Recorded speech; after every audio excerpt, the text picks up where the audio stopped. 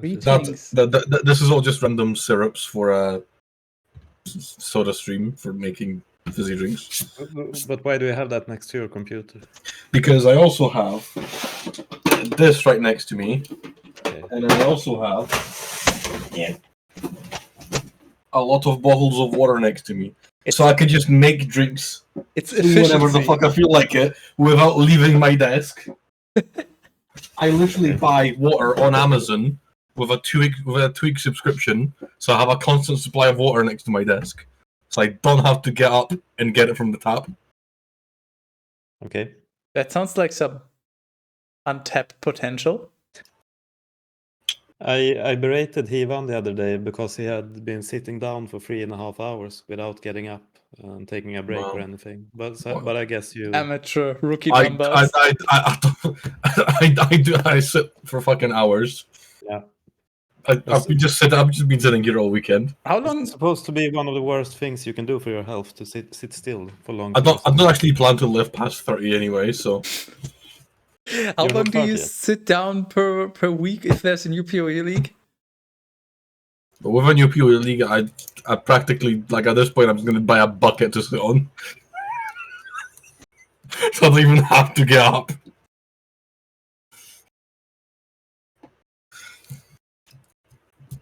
Well, I mean, yeah, that sounds like the next logical step. Or maybe you'll just move your setup to your bathroom? Nah, a bucket is much cheaper and easier to install. Tubes. Yeah, I was also thinking, but just shove a tube of Mars, and just have a really long shit tube going all the way to my fucking bathroom, and just a hanging piece of string that goes on pulleys on my ceiling just to flush it. Yeah, I was gonna say, how do you get it to actually move there? Because it's mostly horizontal and not vertical movement. So yeah, that's fine. I'll just take out and blow into it. I was just about to suggest that. They push it down the ship until I hear a splash behind me. Dude, I gotta say though, that idea fucking blows. Oh. Blows chunks. Okay, I think we've lowered the level of intellect of discussion sufficiently for Bible. Literally your mum. What about her? Anything you would like to tell us? I don't know. I don't know enough about her to make a relevant joke.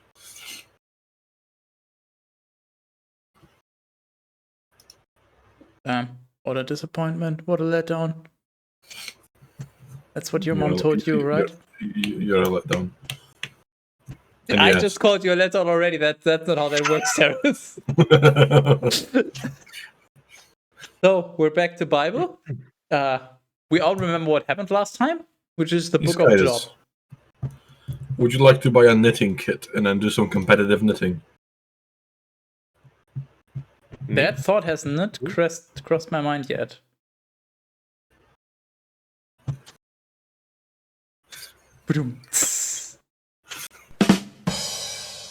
Oh.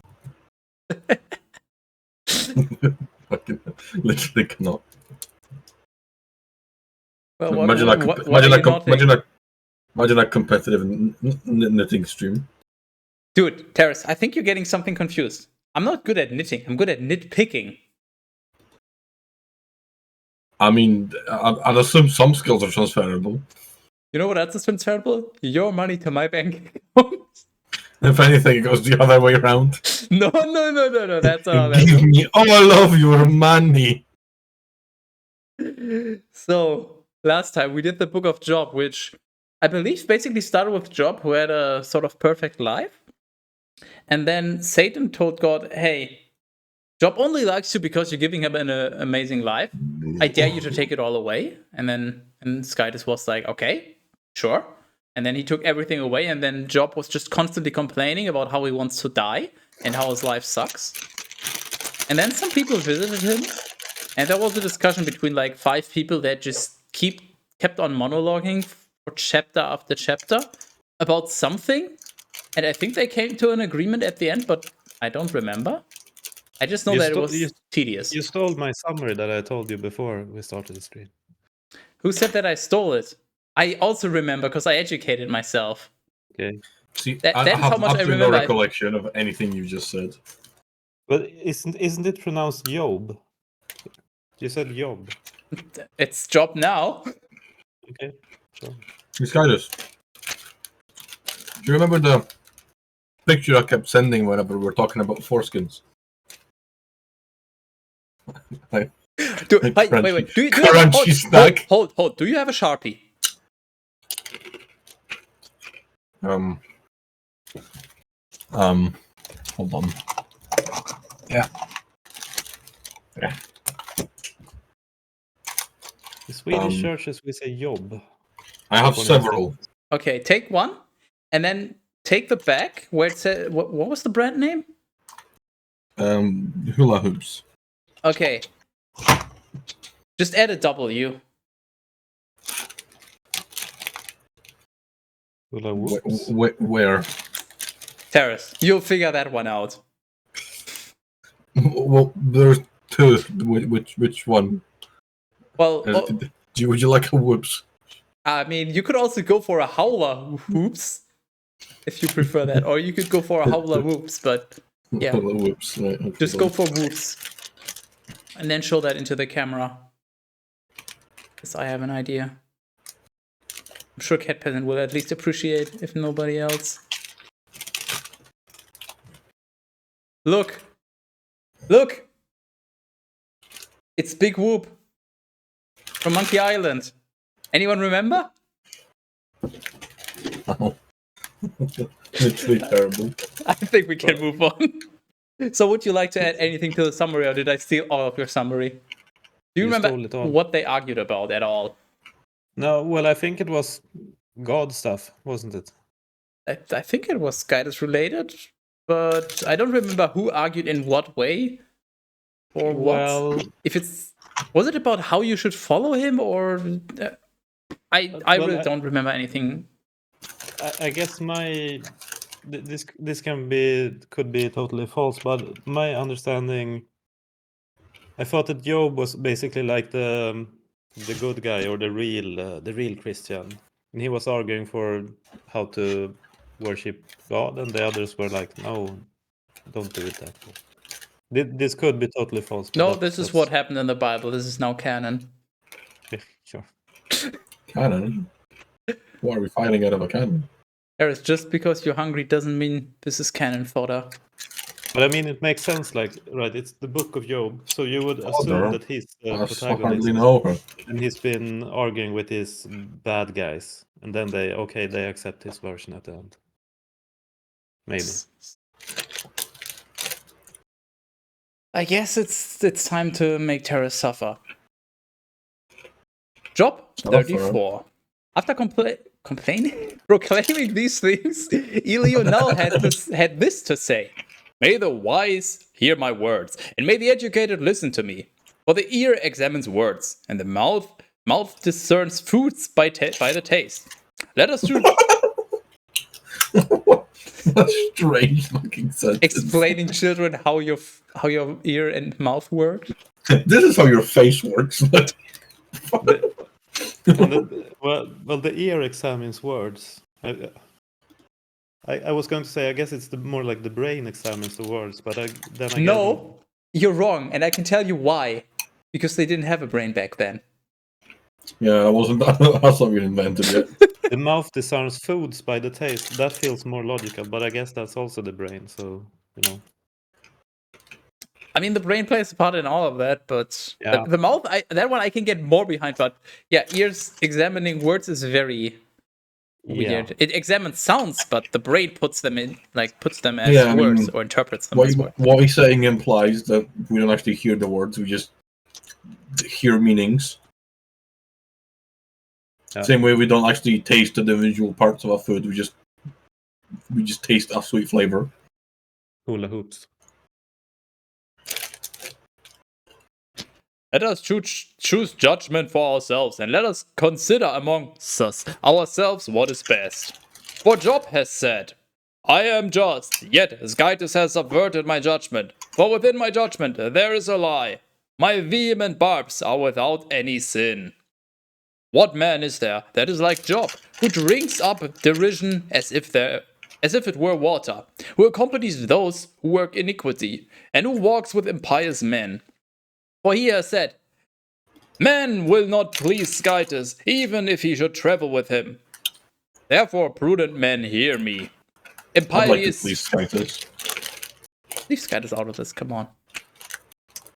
Impiety is far from Skytus, and iniquity is far from the Almighty. For he will restore to man his works, and according to the ways of each, he will repay them. For truly, Skytus will not condemn in vain, nor will the Almighty repudiate judgment. What other is established over the earth? Or whom has he placed over the world which he made? But if he directs his heart towards him, he will draw his spirit and breath to himself. All flesh will fail together, and man will return to ashes. Therefore, if you have understanding, hear what is said, and heed the sound of my eloquence. Is he that does not love judgment able to be corrected? And how can you so mediocrely condemn him who is just? He says to the king, You are an apostate. He calls commanders impious.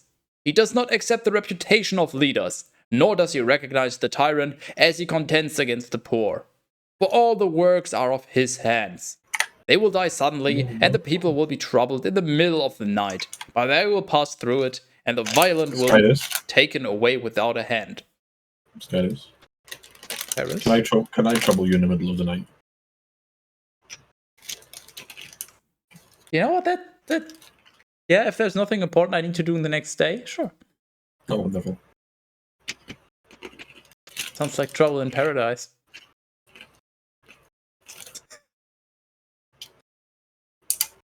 For his eyes are upon the ways of men, and he examines all of their steps. There is no darkness and no shadow of death, with one F, where those who work iniquity may be hidden. For it is no longer within the power of man to enter into judgment with Skytus. He will break into many innumerable pieces, and he will cause others to stand up in their place. For he knows their works, and, as a result, he will bring the night, and they will be crushed. Just as the impious do, he has struck them in a place where they can be seen. They, as if with mediocre diligence, have withdrawn from him, and they refuse to understand all his ways, so that they cause the outcry of the needy to reach him, and he heard the voice of the poor. For when he grants peace, who is there that can condemn? When he hides his face, who is there that can contemplate him, either among us, the nations, or among us, all men? He causes a hypocritical man to reign because of the sins of the people. Therefore, since I have been speaking about Skytus, I will not prevent you from doing the same. If I have erred, you may teach me. If I have spoken unfairly, I will add no more. Does Skytus require this of you because it is displeasing to you? For you were the first to speak, and not I. But if you know something better, speak. Let men of understanding speak to me, and let wise men listen to me.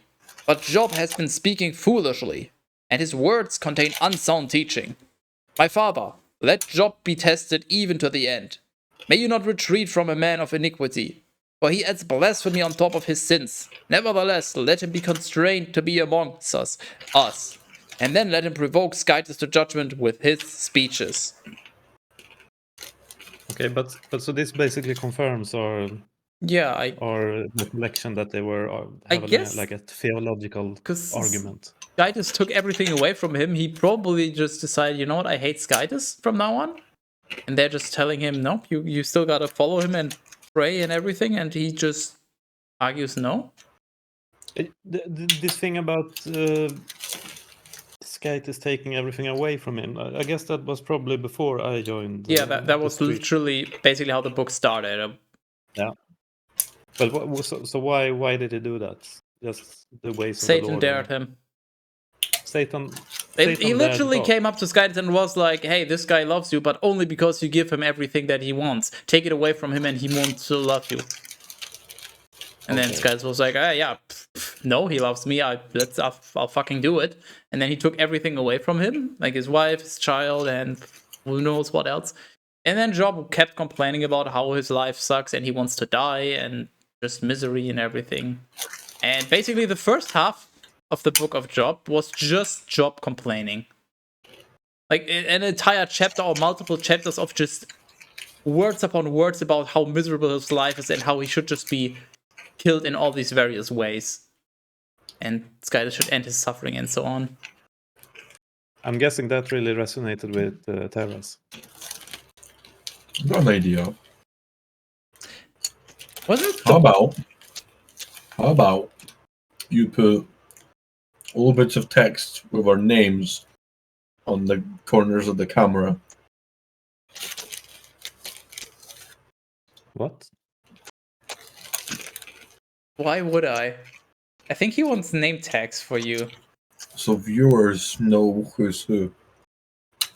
Does it matter? I prefer that the viewers know. I have figured out themselves that you are Skytus, I am Terrace, and then we have Toa at the top. I would prefer to be anonymous if possible. Well, you should have thought about that about 9 seconds ago. Okay. Well, I guess we'll have to edit this out. But okay, but is he still mad at Gaitis? I think so. Or, I mean, he still hasn't gotten his stuff back, so I would assume so. Okay, so basically my interpretation earlier was kind of wrong. What did you interpret? I thought that Job was the good guy who was trying to convince others to believe in or believe I guess. I mean, it depends always on your perspective, but I think if we assume that Skytus is the good one here, which is definitely a contentious point, but if we assume that, then I think, yeah, it seems like Job is not a devout follower, let's put it that way. All right. Job 35. After this, Elio spoke again in this way. Does it seem right to you in your thoughts that you should say, I am more just than Skytus? For you said, having done what is right does not please you. And how will it befit you if I sin? And so I will respond to your words and to your friends who are with you. Look up towards heaven and consider. Also, think about the sky, which is higher than you. If you sin, how will it hurt him? And if your iniquities are multiplied, what will you do against him?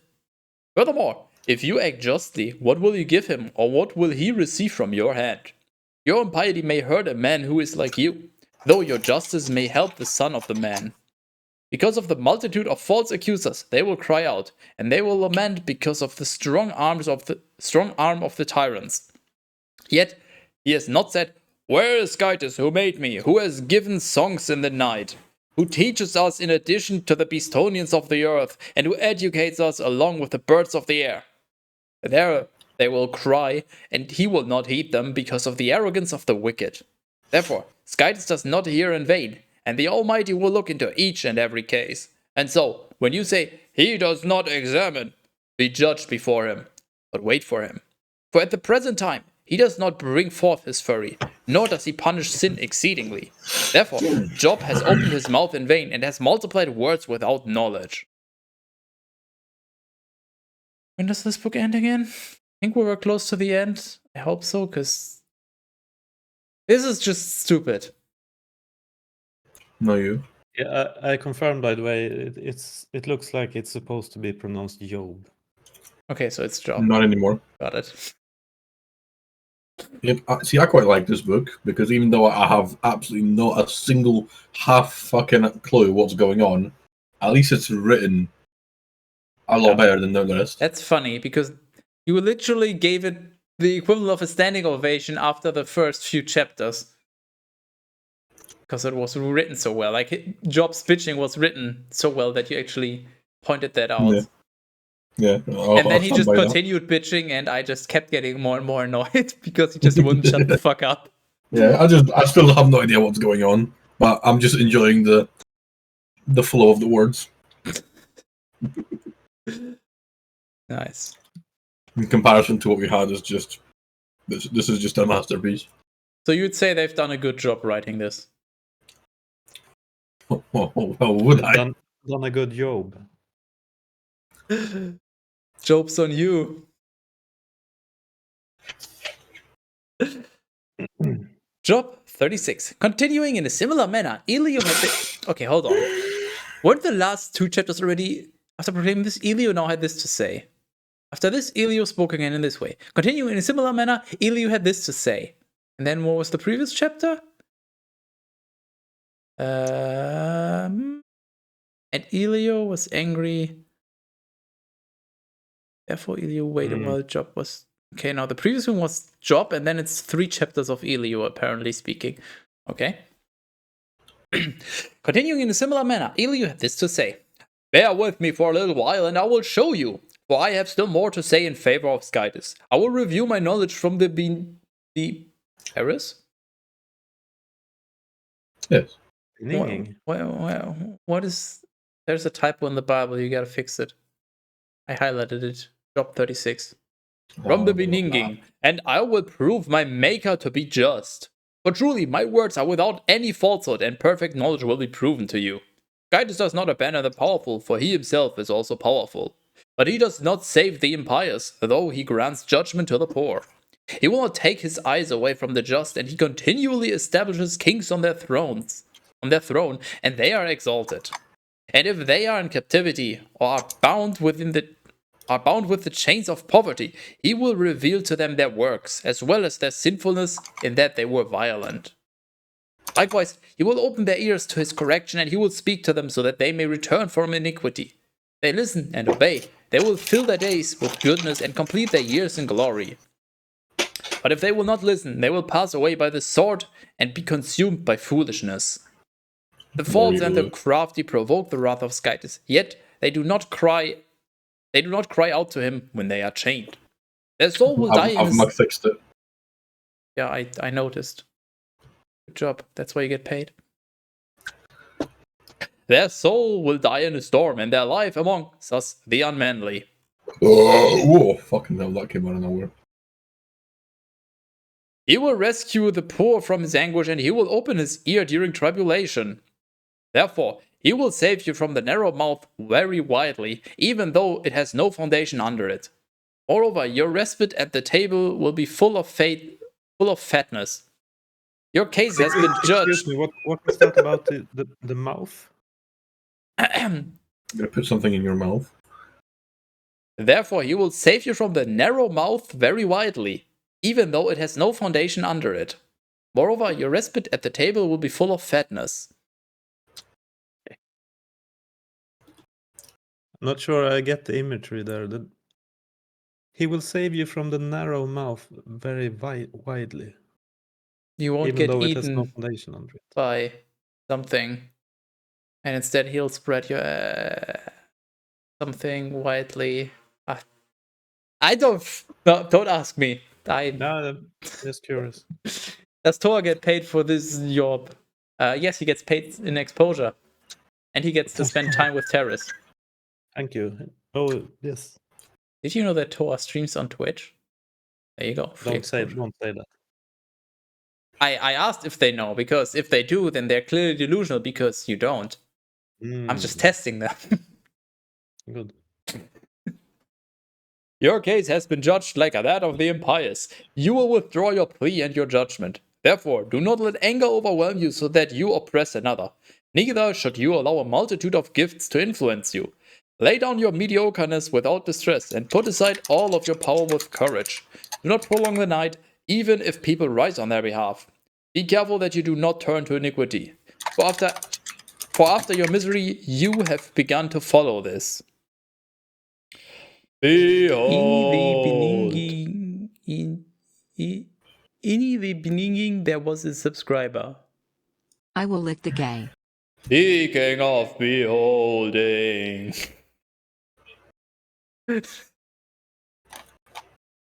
I like the new sub gif. I wanted to message you to point out that you should resubscribe or tell X to do it or something, but I completely forgot. But No. yeah, you were gonna find out at some point. You're welcome. Yeah, it was. Yeah, it's pretty good. I enjoy. That's Norgor now. Who? Exactly.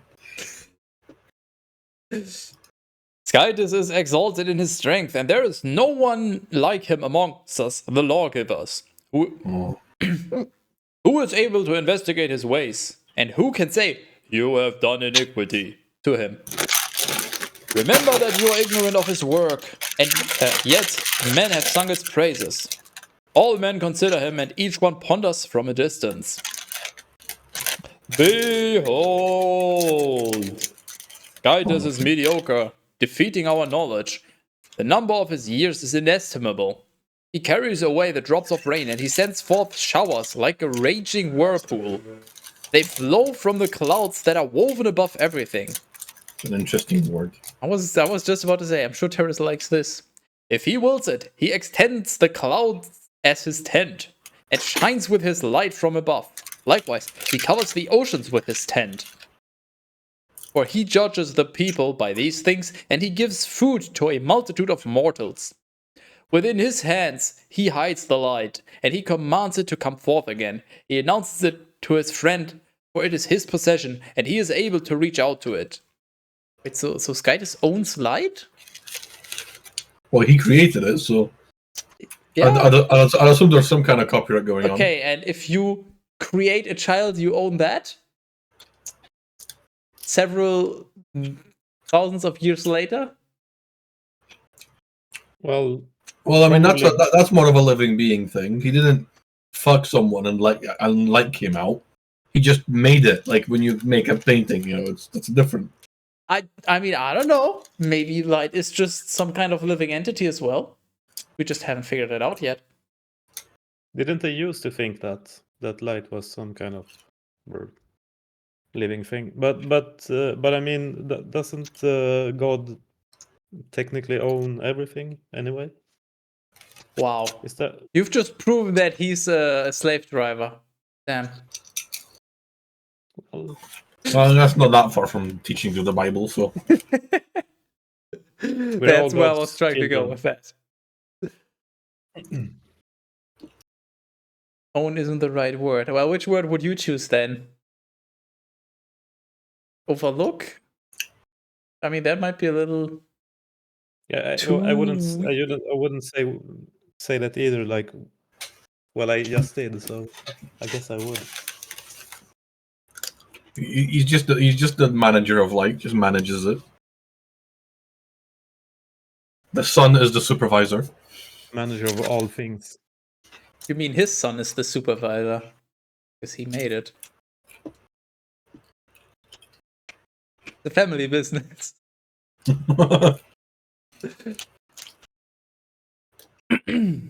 Job 37. At this, my heart became frightened, and it has been moved from its place. Just moved the heart. They just did a fucking Indiana Jones Kalima and just took his heart? But through speech? No, maybe this is why our heart is what it is. Like, you know how our heart is kind of slightly off to the side? Maybe that's why. Ah. It used to be in the middle, but they just moved it. Bro literally just grabbed it and shifted it. If only we were taught that in biology class. Would you say you own your child? Same thing with God and His creation. That's what I was referring to. Like, do you own your child?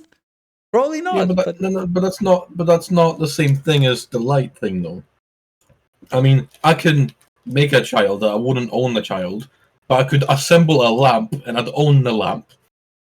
You own the lamp, but not the light. Yeah, because God, He made the light, therefore He owns it. He doesn't own Jesus, but He also made it. But He does own the light. Remember when Jesus got crossed? I think Jesus got owned, so.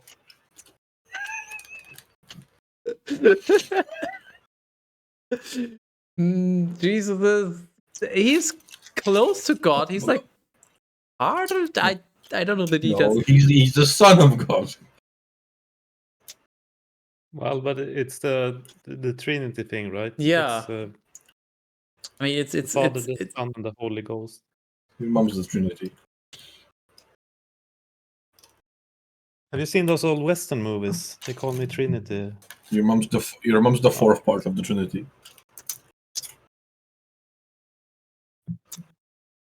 I'm sure Maybe. there's some kind of pun to be made about Trinity sounding close enough to virginity, but I can't think of it. Well, then if you can't think of it, then it probably doesn't exist. Oh, it does. If anyone can think of it, it'd be you. We just need more time. We have all the time in the world. We also have Dill. Could you do something with like a threesome Trinity virginity? I'm trying to think more like Mother Mary or whatever she was called was a virgin, but virginity something. Well, I mean, there was something with the 3 people that came. I'm sure you could shove that into the Trinity part I somewhere. used to have virginity, but then I entered the Holy Trinity. I've got plenty of time. We'll figure this out. This is what the stream is now.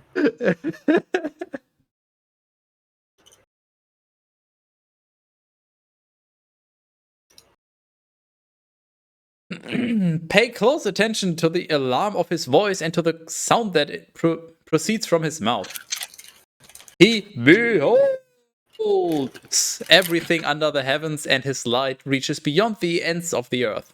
After I this, like how you do it. I like how you say beyond so violently that Discord just cuts you off. Maybe that was what happened with your Ubu also. I mean, it's probably the noise suppression, and it just considers that noise and not speech because it doesn't sound like normal speech. But I guess you're better off like that, so you're welcome. I'll have to watch the VOD. There's plenty for you to watch if you wanna. After this, a noise will sound. He will thunder the voice of his mediocreness, and it will not be tracked down. Yet his voice will be obeyed. Skytus will thunder with his voice miraculously, for he performs mediocre and unsearchable things. He commands the snow to descend on earth, and the winter rains, and the shower of his strength. He signs the hand of all men, so that each one may know his works.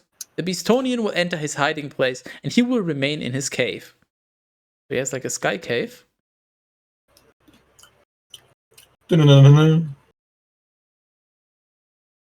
That was an effort. From the interior, a storm will come forth, and a cold winter from the north. As Skytus breathes out, frost storms, and the waters are poured forth very widely again. Crops desire clouds, and the clouds scatter their light.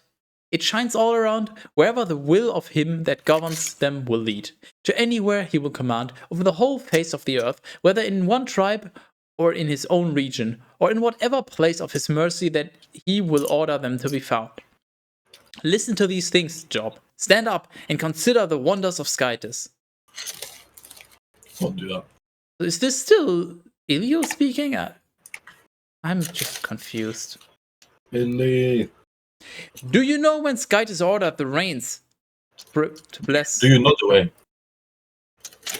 So as to show the light of his clouds? You know the mediocre paths of the clouds and the perfect sciences?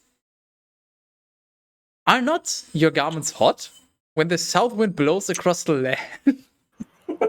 Excuse me, what? Question mark. What does that even mean? Are not your garments hot when the south wind blows across the land? Wouldn't that Well, I be... suppose- Isn't it well, usually suppose- warmer in the south? Yeah, south is where you get the deserts and all that shit. So Well, if you're in the northern hemisphere, But- I guess. If there's wind, your garments are probably not gonna be hot. Unless you're Well, already I living guess in a that- hot area, but then they wouldn't point out the south winds, so it just doesn't add up. I mean, maybe math worked differently back then. Well, maybe they just did meth instead of math. I think it makes sense. That sounds like a good method to deal with this. Well, more like meth OD. Matthew. Meth many. Perhaps you have made the heavens with him, which are very solid, as if they had been cast from brass. Reveal to us what we should say to him. For, of course, we are wrapped in darkness. Who will explain to him the things that I am saying? Even while a man is still speaking, he will be devoured. Although they do not see the light, the air will be thickened suddenly into clouds, and the wind, passing by, will drive them away. Riches arrive from the north, and fearful praise reaches out to Skytus. We are not worthy to be able to find him. Mediocre is his strength, mediocre in strength, mediocre in judgment, mediocre in justice. He is indescribable. Therefore, men will fear him, and all those who seem to themselves to be wise will not dare to contemplate him.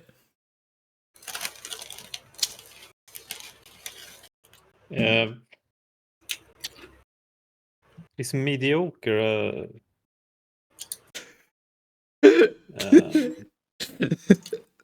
Hey, Terrace. Okay, great. Mediocre. Does that count as laughing at the replacing of mediocre? Oh, you know what? Why not? I think you did, yeah. But so in this next, I'm so excited here for Job 38. So this is actually God responding then. I think so. The Lord responding to Job from a whirlwind. Wait, does that mean God spoke to Job? Yeah. What? From a whirlwind. Job. You know what that means? Job 38. Oh, damn, Terrace is paying attention today. What is going on? Holy hell. But the Well, Lord, it's alcohol. But the Lord, responding to Job from a whirlwind, said, Who is this that raps sentence? You know what? Who is this that raps sentences in unskilled words? Gird your waist like a man. I will question you, and you must answer me. Where were you when I set the foundations of the earth? Tell me if you have understanding. Who set its measurements, if you know, or who stretched a line over it? A line of cocaine, that is. Upon what have its bases been grounded, and who set forth its cornerstone? When the morning stars praised me together, and all the sons of Skytus made a joyful noise, who enclosed the sea with doors, when it broke forth as if issuing from the womb. When I stationed a cloud as its garment and wrapped it in a mist as if swaddling an infant. I encircled it with my limits, and I positioned its bars and doors. And I said, This far you will approach, and you will proceed. And you will proceed it no further, I good English, and here you will break your swelling waves. What the... Hold on. Excuse me, what? You will proceed it no further. Yeah, English. Hold on, this reminds me of something. I think Skytus had a few too many drinks.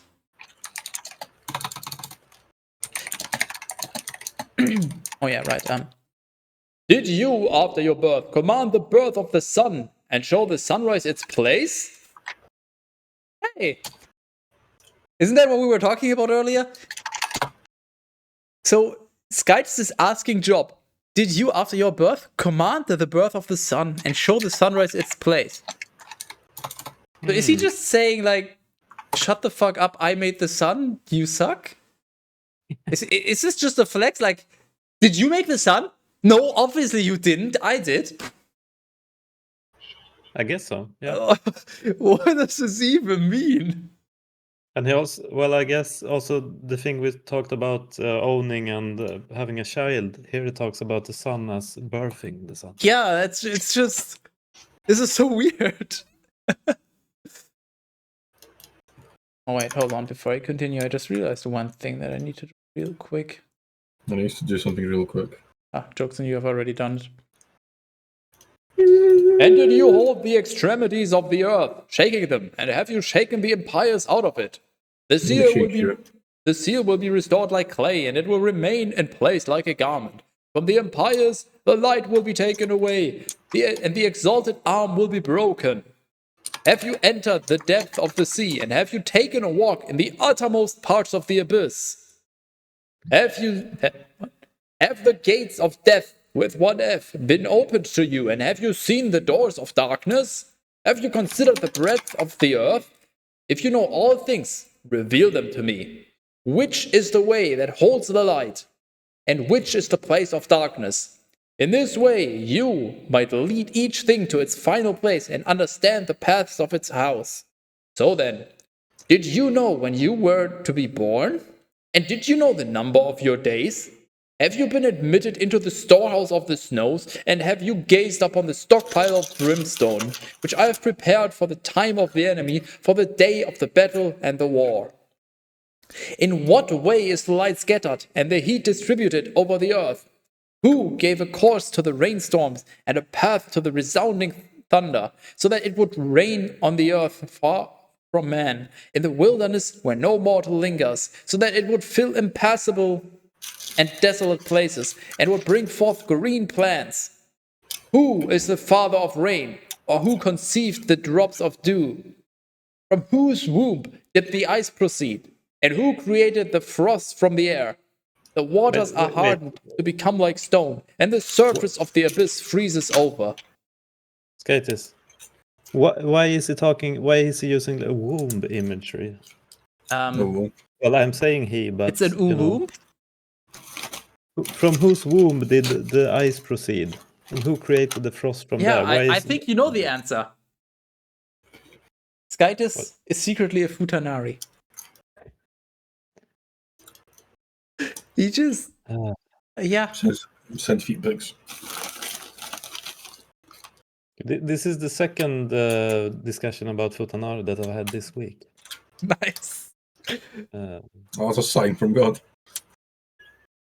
I won't go into detail. Well, I guess I will, but it led me to do an image search for futanari and egg futanari, and because I was trying to get some like funny egg themed pictures. What? But what I got was I did find one funny picture, but most of it was pretty nasty, to be honest. It wasn't really what I was expecting. If you want an egg futanari pic, you can just DM egg on Discord. Well, yeah. Because I was thinking, I don't know what I was thinking. You were probably thinking, me horny, me want to see egg futanari. No. Well, I have a friend who he's also bald. He's more bald than me, so we call him Egg. And then we were talking about. I actually tried to send him a game. What was it called? My Boss is a Futanari. I sent him a game on Steam, but he refused it. Because can I have it instead? Yeah, I sent it. Okay. No further questions, Your Honor. I don't know why I said this here. Good thing no one is watching. Will you have the strength to join together the sparkling stars of the Pleiades, or are you able to disperse the circling of Arcturus? Can you bring forth the morning star in its time and make the evening star rise over the sons of the earth? Do you know the order of heaven, and can you explain its rules here on the earth? Can you lift up your voice to the clouds so that an onslaught of waters will cover you? Can you send forth lightning bolts, and will they go, and on returning, say to you, "Here we are"? Questions? Who placed this? Fuck off. Who placed discernment in the guts of men? Or who gave the rooster intelligence? Who can describe the rules of the heavens, or who can put to rest the harmony of heaven? When was the dust cast to become the earth, and when were its clots fastened together?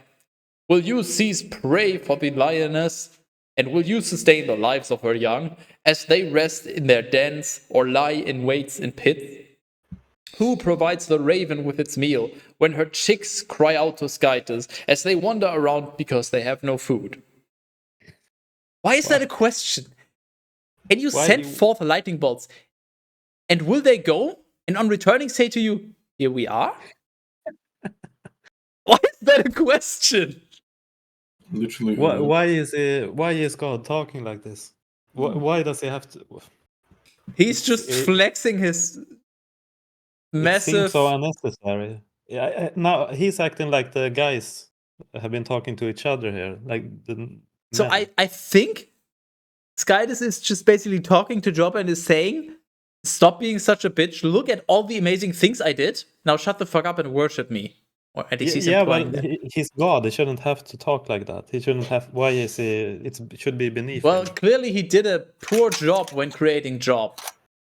Because otherwise, yeah, I don't know. It's like an experiment that has gone out of hand, like Jurassic Yeah. Park or SCP or something. Who placed discernment in the guts of man, or who gave the rooster intelligence? Oh. The rooster isn't known for its intelligence, I wouldn't say. It does Neither have are you. intelligence, though. Not Well, much. I guess it has some intelligence, but it's not much. Are chickens roosters? They're known for being quite stupid, right?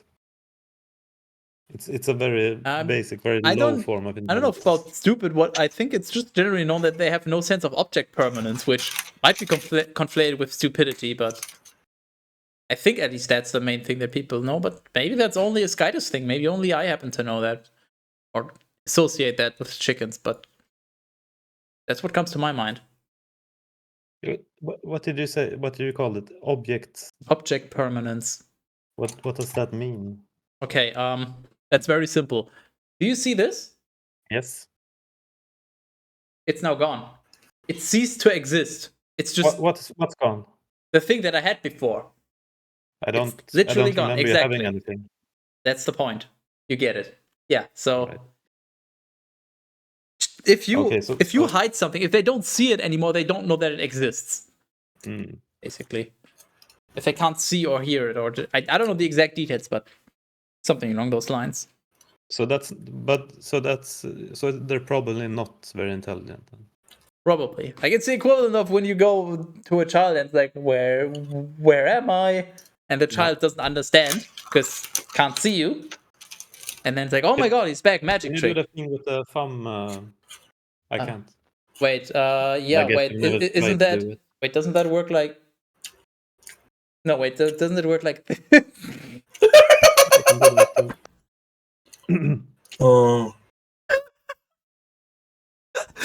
I passed some nerds earlier, and I was thinking I would do anyway, like this or something. I don't have the best finger dexterity. No, I don't know how to do that to answer your question. I know what you mean, though. So it looks like God will continue to berate Job, I guess. I'm too lazy to activate my thing again, though. Job 39. Do you know at what time the wild goats have given birth amongst us, the rocks? Or do you observe the deer when they go into labor? Have you numbered the months since their conception, and do you know at what time they gave birth? They bend themselves for their offspring, and they give birth, and they emit roars. Their young are weaned and go out to feed. They depart and do not return to them. Who has set the wild ass free, and who has released his bonds? I have given a house in solitude to him, and his guided tent is in the salted land. He despises the crowded city. He does not pay attention to the bellow of the tax collector. He looks around the mountains of his pasture, and he searches everywhere for green plants. Will the rhinoceros... I keep forgetting how to pronounce it. This is rhinoceros? Rhinoceros? Whatever. Will the rhinoceros be willing to serve you, and will he remain in your stall? Can you detain the rhinoceros with your harness to plow for you, and will he loosen the soil of the furrows behind you? Will you put your faith in his mediocre strength and delegate your labors to him? Will you trust him to return to you the seed and to gather it on your drying floor? The wing of the ostrich is like the wings of the heron and of the hawk. When she leaves eggs behind in the earth, would you perhaps warm them in the dust? She forgets that feet may trample them, or that the Bistonians of the field may shatter them. She is hardened against her young, as if they were not hers. She has labored in vain, with no fear compelling her. For Skytus has deprived her of wisdom, neither has he given her understanding. Wait, who are we talking about? Yes. The hawk? No, wait, the ostrich, because wings like the wings of so ostrich is deprived of wisdom. So rooster has intelligence, but an ostrich is deprived of wisdom. Oh, Okay. Well, I would assume an ostrich is more intelligent than a rooster. I would have also guessed the same, but I don't know. I don't have anything to base that assumption off of, so I might very well be wrong. The answer is yes. Bigger. Yet, when the time is right, she raises her wings on high. She ridicules the horse and his rider. Will you supply the strength to the horse or envelope his throat with neighing? An envelope. No, you. Will you alarm him as the locusts do? His panic is revealed by the display of his nostrils. He digs at the earth with his hoof. He jumps around boldly. He advances to meet armed men. He despises fear. He does not turn away from the sword. Above him, the quiver rattles. The spear and the shield shake. Seething and raging, he drinks up the earth. Neither does he pause when the blast of the trumpet sounds. When he bears the bugle, he says, "Ha!" He smells the battle cry from a distance, the exhortation of the officers and the battle cry of the soldiers. Does the hawk grow feathers by means of your wisdom, spreading her wings towards the south? Will the eagle lift herself up at your command and make her nest in steep places? She dwells amongst us, the rocks, and she lingers amongst us, broken boulders and inaccessible cliffs. From there, she looks for food, and her eyes catch sight of it from far away. Her young will drink blood, and wherever the carcass will be, she is there immediately. And the Lord continued, and he said to Job, "Will he who contends with Skytus be so easily silenced? Certainly, he who argues with Skytus must also respond to him." Skytus spoke to Job. Paris. Then Job answered the Lord, saying, "What could I possibly answer, since I have been speaking thoughtlessly? I will place my hand over my mouth. One thing I have spoken, which I wish I had not said, and another to which I will add no more." Wow. Imagine if it was that easy to make him shut up. All it took was 2 chapters of Skytus just telling him, "Fuck you, I'm better than you." Yeah. Awesome. From a whirlwind. True. Maybe that makes it a little more menacing. Job 40. But the Lord, answering Job out of the whirlwind, said, Yes.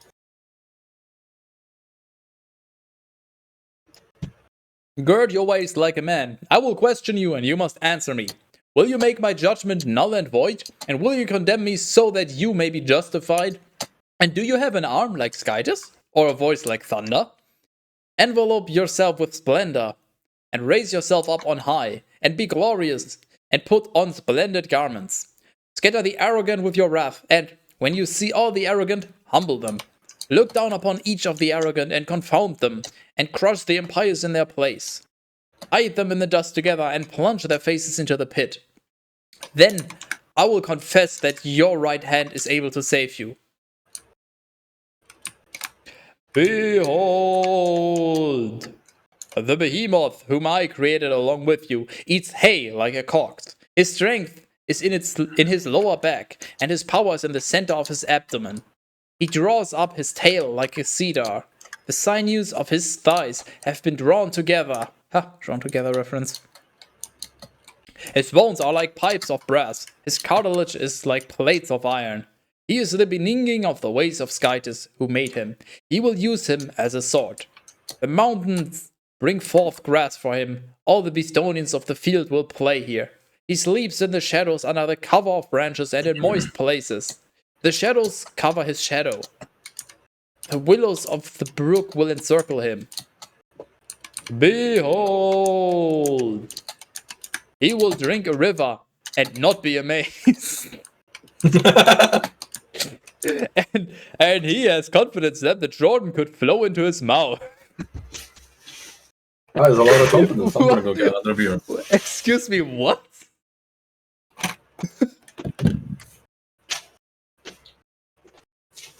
Hey, Toa. Yeah. What?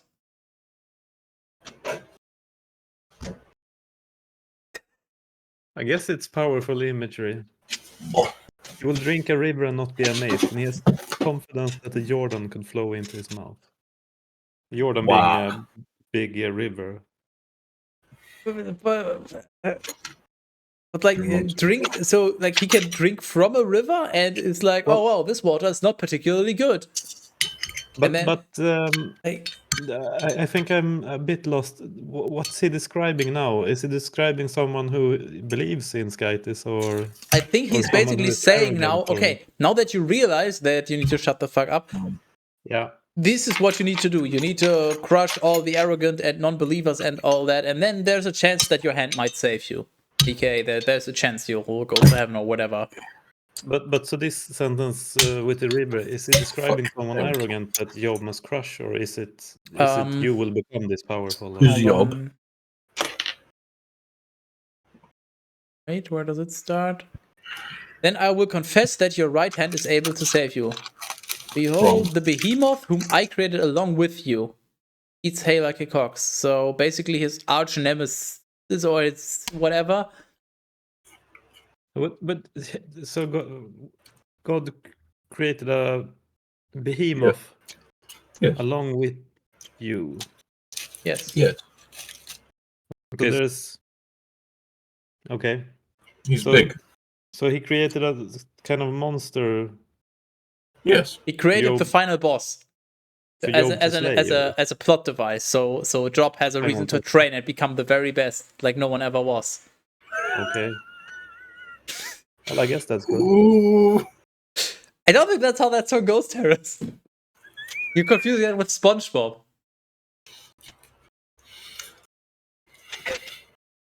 Just upset. I just upset on Skytis. I also So- like just the moist places. You want to see He Terrace sleeps in moist shadows place? under the cover of branches and in moist places. I'll touch you. I mean, I can show you a moist place after a wet dream. I sent you a link in the chat. I purposefully ignored it Later. for very good reason. He will seize him through his eyes, as if with a hook, and he will bore through his nostrils, as if with stakes. Can you draw out the Leviathan with a hook? And can you bind his tongue with a cord? Can you place a ring in his nose, or bore through his jaw with an armband? Will he offer many prayers to you, or speak to you quietly? Will he form a covenant with you, and will you accept him as a servant forever? Will you play with him as with a bird, as we usually play with birds? Yes, of course. Or tether I'll him play with for your your bird. handmaids? Will your friends cut him into pieces? Will dealers is not so hard. distribute him? Excuse me, what?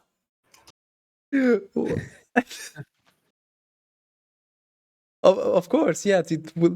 Will your friends cut him into pieces? Will dealers distribute him? Good question.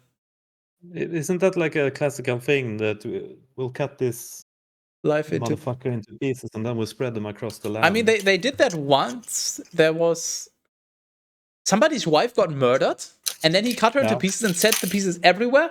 And somehow everybody knew, oh my god, that means she got murdered. We gotta now all fight against. Like they just immediately knew who their nemesis was, and then they just all gathered and went forth to fight against someone. But did he do that just to sort of spite them and to like a disrespect towards the victim, or was it more like, No, here, look what I did? There was a guy, and his wife was murdered, if I remember correctly. And then he cut her into pieces, Yeah. and that was That his was last resort. And then he sent all the pieces of his wife into all the land. And then everybody was like, Emailed it. oh my god, this is a small chunk of this guy's wife. We gotta go there now and help and fight against whoever. They just... It's like as if it's some kind of mail that just tells them what they need to do. Somehow they all just know. It's like, oh, check of person. That means we have to go here and fight this person. Well, I guess it's also the thing that when you maybe they just got like a bad omen cheat sheet. Or it's just a hive Yeah. mind. when you want to bury someone, you want to bury like the whole body. I'll explain why you're in my head. You don't want the pieces missing. So if they're spread across the land, then I guess it's Your harder mom to is find. spread across the land.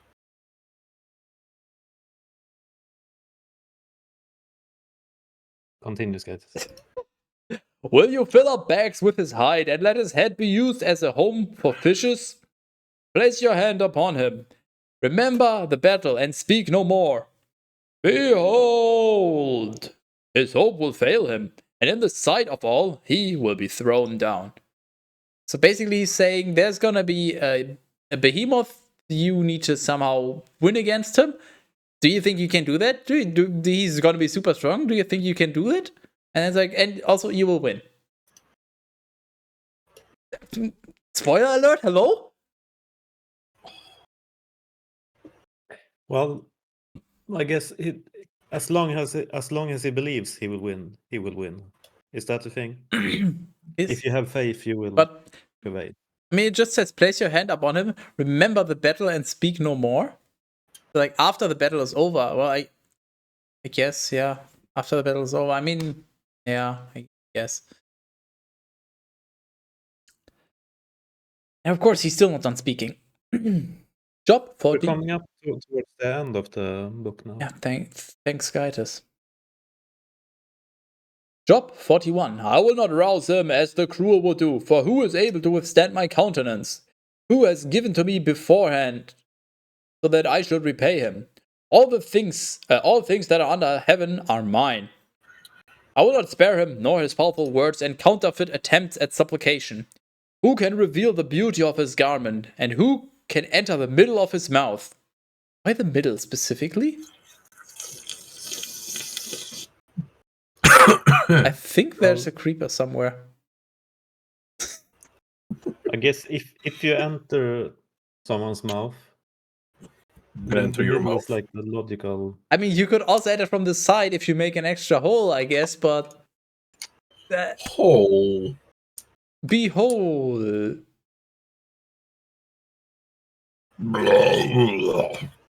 Gargle. Right, there's zombies as well. What has this Minecraft server become? Christian Minecraft server. Who can open the doors of his face? I mean, that is not just his mouth. I don't Or know. are we talking about eyelids? I mean, maybe he literally just has doors attached to his face. They literally just doors bolted. I mean, you could just take them away, but they would be a little unhinged, I guess.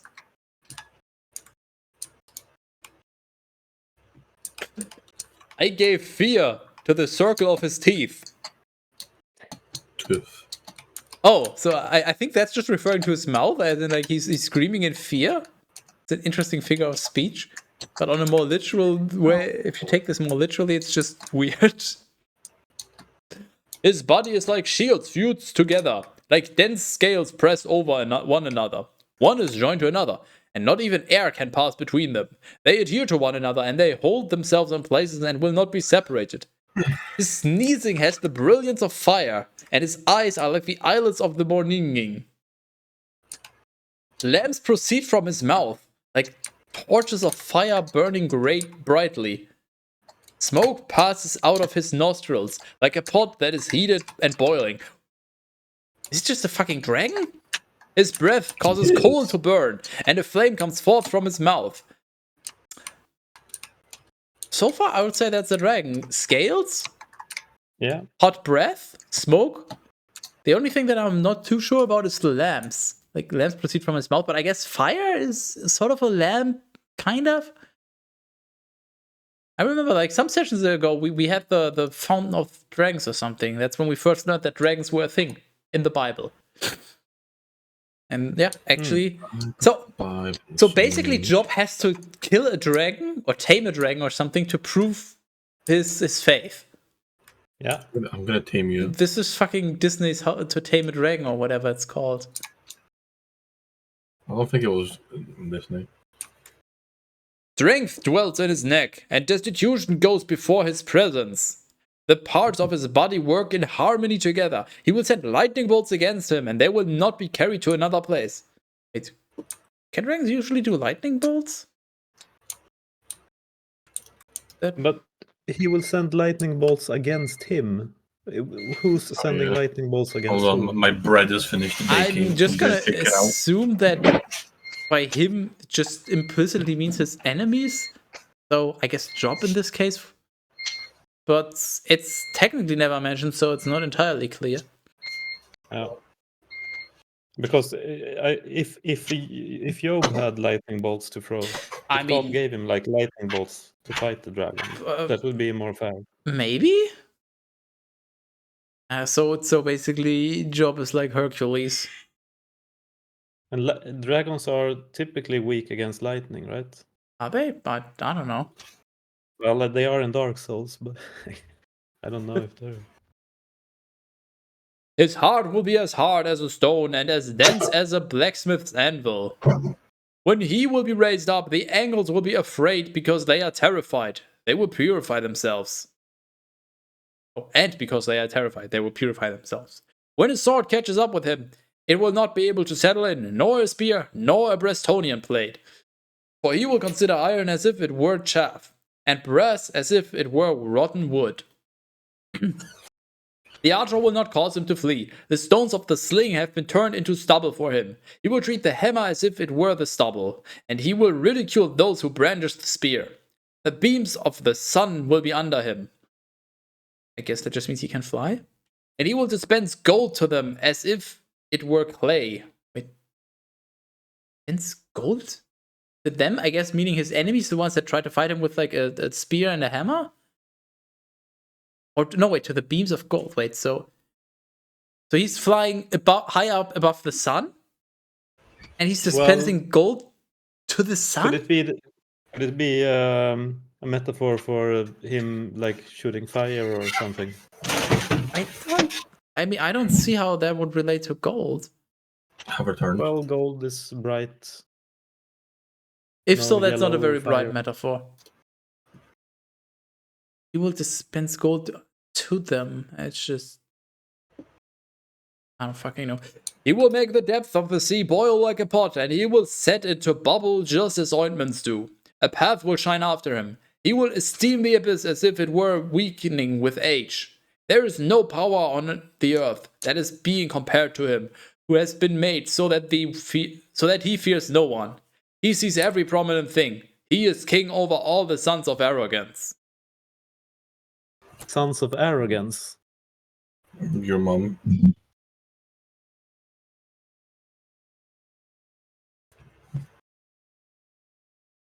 I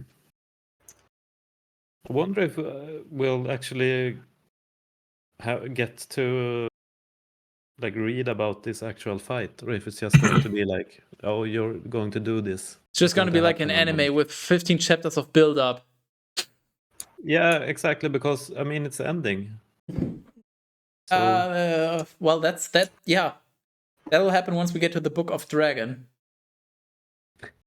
Dragon Yeah, is maybe it's God, no, that's terrorist. You can't just steal that. I was waiting for Thor to ask if there's a Book of Dragon. Ruined it. Okay. Job 42.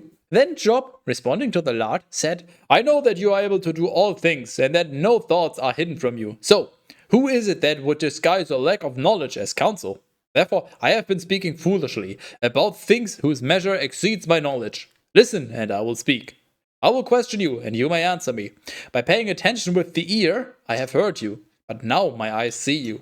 Therefore, I find myself reprehensible, and I will do penance in embers and ashes. But after the Lord had finished speaking these words to Job,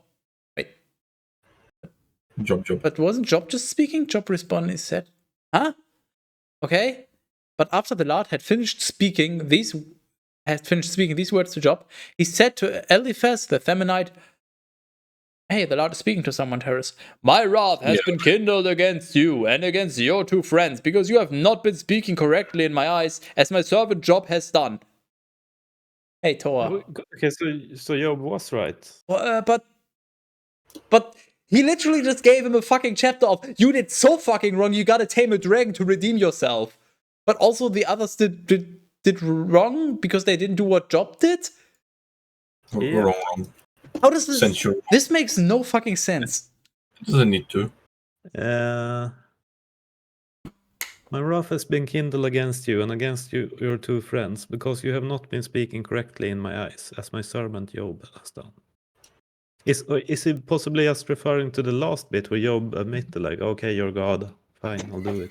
No, it has to be like this. There's no action in Onwards. between, so I'm assuming it's still just like they're just sitting there and talking.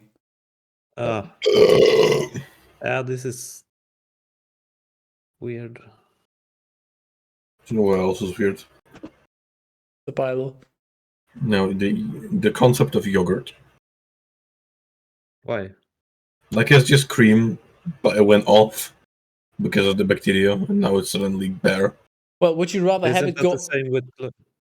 Go ahead. Isn't that the same with like wine and I don't know, cheese and other stuff? I mean, but wine makes it like in the case of wine, it makes alcoholic. Yeah. In the case of yogurt, it's just off. There's nothing. It's not alcoholic. It's just off. We're just eating it because it's off. It tastes good. Yeah, it's just. It went off, and someone didn't want to waste it, and they ate it, and it was like, "Oh, this is actually pretty good." You know what else went off? You on a tangent about yogurt. Ooh.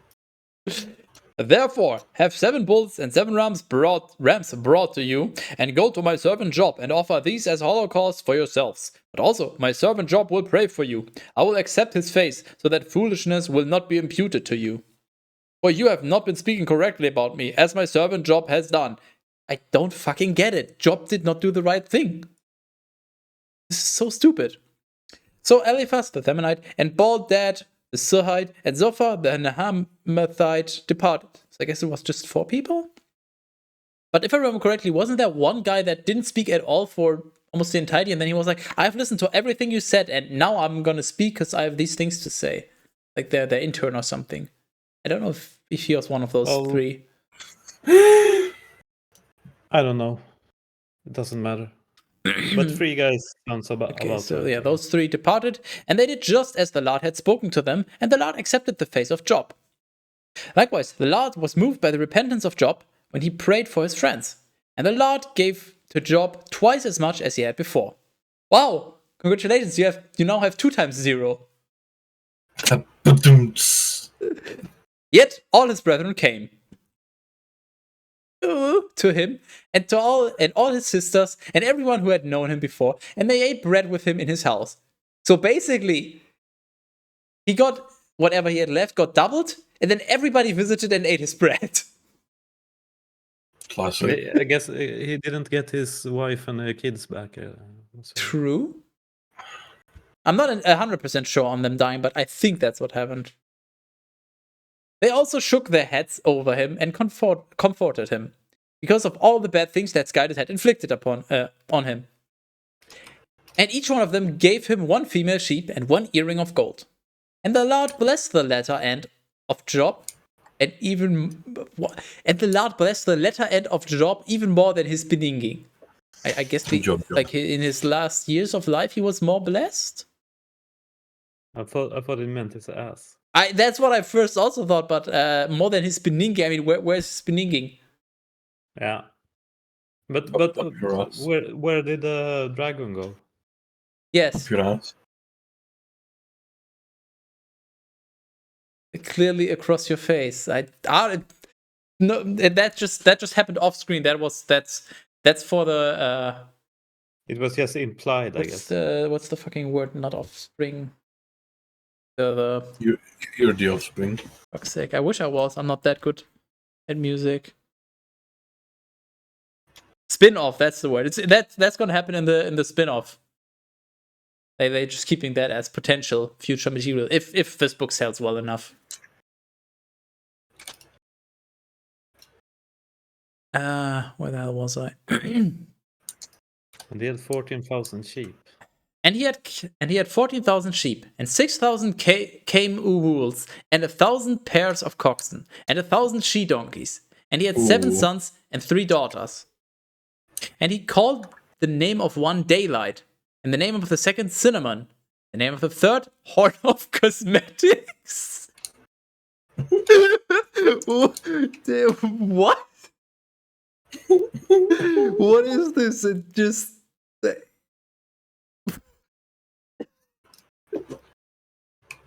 Here, meet my daughter, Horn of Cosmetics. More like horny for cosmetics. These are the names of his daughters. Yes. Right. His daughter is literally named Horn of Cosmetics. Now you tell me, what the fuck? Exactly. Horn of Cosmetics.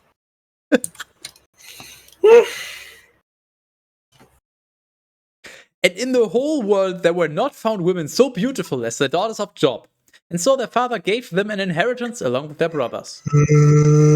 But Job lived long after these events, for 140 years, and he saw his children and his children's children all the way to the 4th generation. And he died an old man and full of days. You're an old man. So I googled the Horn of Cosmetics. Keren Hapush. Well, Keren Hapkush, Horn of Cool, was the youngest of the 3 beautiful daughters of Job, named in the Bible as given to him in the later part of his life. She was described as more beautiful than all the other women, blah, blah, blah. Well, I guess it basically is supposed to mean beauty or something. Horn of beauty. Horn of beauty. No, that's what Thor sent. Coal. Okay, it's Horn of coal. Coal is Arabic for coal, and that was used for cosmetics, like eyeliner or some shit. Just Okay, well, I guess that's. You know what? I'm just not gonna. Just amazing name. Hey, Terrace, it is time. Is it? It is. How did you enjoy yourself?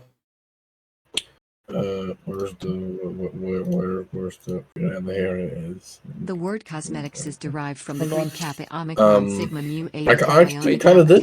nu eta, cosmetica techne, meaning technique of dress and ornament, from kappa omicron sigma mu eta tau iota kappa sigma, cosmeticos.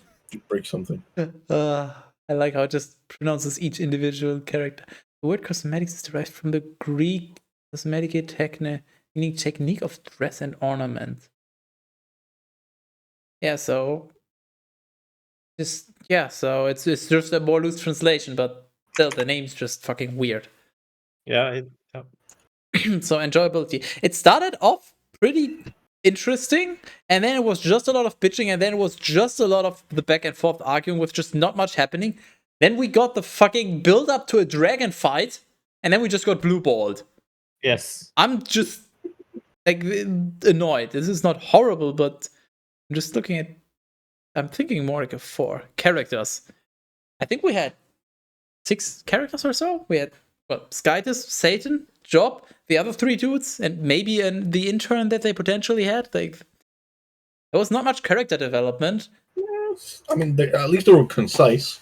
They all just that many. It wasn't an overload of characters. Yeah, but all characters actually had a role.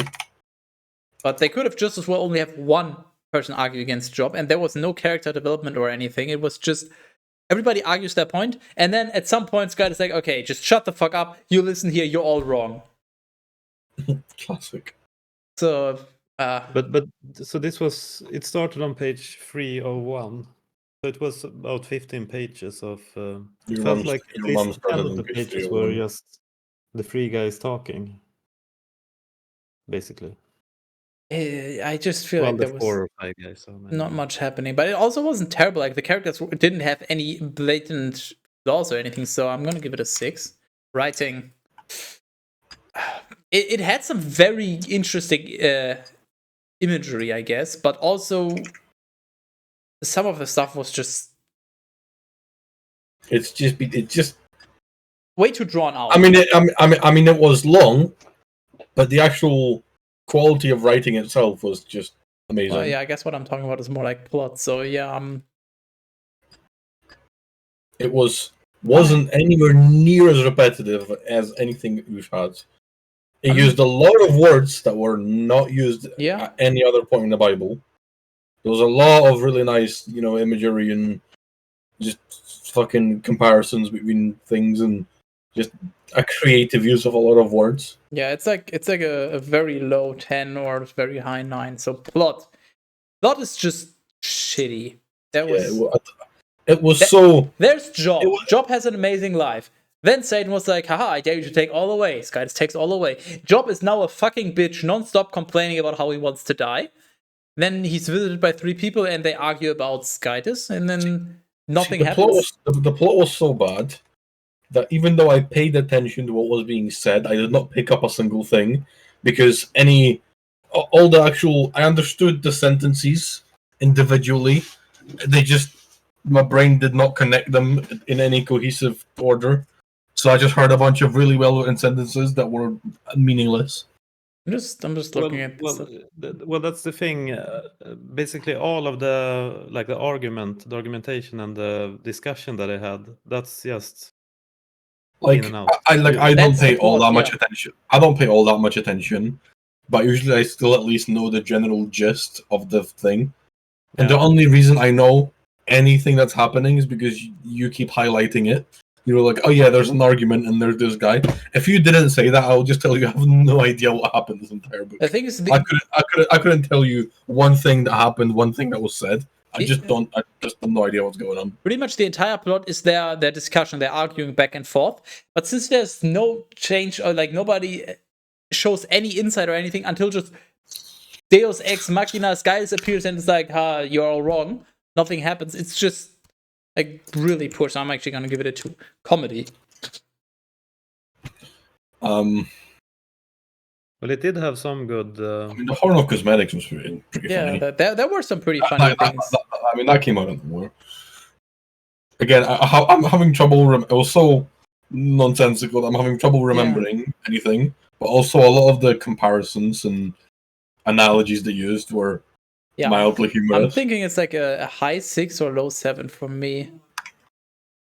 I thought it was funny when God went into this whole tirade about how he had given the intelligence to the roosters, and the wild goats have given birth among the rocks, and it's just absurd. Was it just went on and on.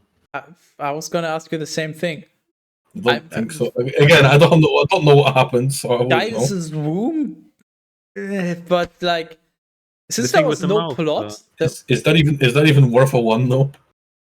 Entering the middle of the mouth. True. Yeah. But I guess I suppose this earned itself a 1. Yeah, that's also what I was thinking. I don't know how, but we're still managing to keep the scores fairly equal.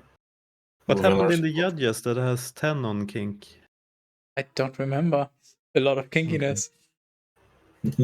Just read the book. Expand the main average. The main average in the corner, and how now damn, it actually went up to a student job. Let's go. Yeah, because anything better than a 4 is gonna improve it. I mean, the thing is just Chronicles fucking ruined the average. Chronicles is just a fucking scourge of this entire thing. Chronicles can just fuck right off. Chronicles make Deuteronomy look like a masterpiece. It puts me in chronicle pain. What happened with Naheim? Why is there 2? I have no recollection of it. Nehemiah was, I think, all I remember is that Nehemiah was mentioned super late into the book, and that confused me. Other than that, I don't remember anymore, and I don't think I want to remember. If you want to remember, there's that handy, useful website that we use. Yeah, the one that you use that you just religiously love. Yeah. I mean, we as in the royal we, of course. I am yet to fucking click on and read anything from it. Just find the easy to read version of Bible and read that then. Fuck you. The easy to read version is just as long as the actual I version. know. It's just a bit more comprehensive. The Book of Psalms. Ooh. But what is a psalm? Psalm. I mean, it's because you sing the psalms, you have the psalm book, and you have the. A psalm can also be, at least in German, they can refer to one of these Bible sections. A verse, like, is a psalm. So, like 1:1 would be one psalm, but also just I don't fucking know. It's Bible, so it could have various meanings. Maybe there was a family of people whose last name was Psalm, and we're gonna learn about their history. I think it's just like it's. I don't know. They probably different just short needed a title stories for the or book, short- and they were like, "Well, it's a bunch of psalms, so the Book of Psalms." Because I think they're separate from each other. Like they don't have a connection between them. Feel free to do some research. I'm gonna do some research on the Bible myself right now. Okay. Psalm 1. Psalm. Blessed What is is the psalm? no you. Blessed is the man who has not followed the counsel of the impious, and has not remained in the way of sinners, and has not sat in the chair of pestilence. But his will is with the law of the Lord, and he will meditate on his law, day and night. And he will be like a tree that has been planted beside running waters, which will provide its fruit in its time, and its leaf will not fall away, and all things whatsoever that he does will prosper. Not so the impious, not so. For they are like the dust that the wind casts along the face of the earth. Therefore the impious will not prevail again in judgment, nor sinners in the counsel of the just. For the Lord knows the way of the just, and the path of the impious will pass away. So basically, just don't sin or you'll get screwed. Amazing. Well, they describe this as the psalms as like a hymn, a sacred song or poem, a hymn for worship of the Lord. Well, then, how about you read Psalm 2, or rather, sing it, because it's apparently a hymn. Well, I guess that's the tricky part. We don't know the rhythm. You can make up your own rhythm. That's fine. I'm not. I'll be right back. Hold on. Why have the Gentiles been seething? I don't want to be orange anymore. And why have the people been No, I can't sing it. I can read it if you want. Feel free whenever. Psalm 2. Why have the Gentiles been seething, and why have the people been pondering nonsense? The king of the earth have stood up, and the leaders have joined together as one, against the Lord and against his Christ. Let us shatter their chains and cast their yoke away from us. He who dwells in heaven will ridicule them, and the Lord will mock them. Then he will speak to them in his anger and trouble them with his fury. Yet I have been appointed king by him over Zion, his holy mountain, preaching his precepts. The Lord has said to me, You are my son, this day I have begotten you. Ask of me and I will give you, the Gentiles for your inheritance, and the ends of the earth for your possession. You will rule them with an iron rod, and you will shatter them like a potter's vessel. And now, O kings, understand. Receive instruction, you who judge the earth. Serve the Lord in fear, and exalt in him with trembling. Embrace discipline, lest at any time the Lord might become angry, and you would perish from the way of the just. Though his wrath can flare up in short time, blessed are those who trust in him. Paris. What? The Lord has said to me. Oh, yeah, right. Okay, so this is basically just fanfic for Skytus. Yeah, I guess so. Psalm 3, a psalm of David. When he fled from the face of his son Absalom, Lord, why have those who troubled me been multiplied? Many rise up against me. Many say to my soul, there is no salvation for him in his skytis.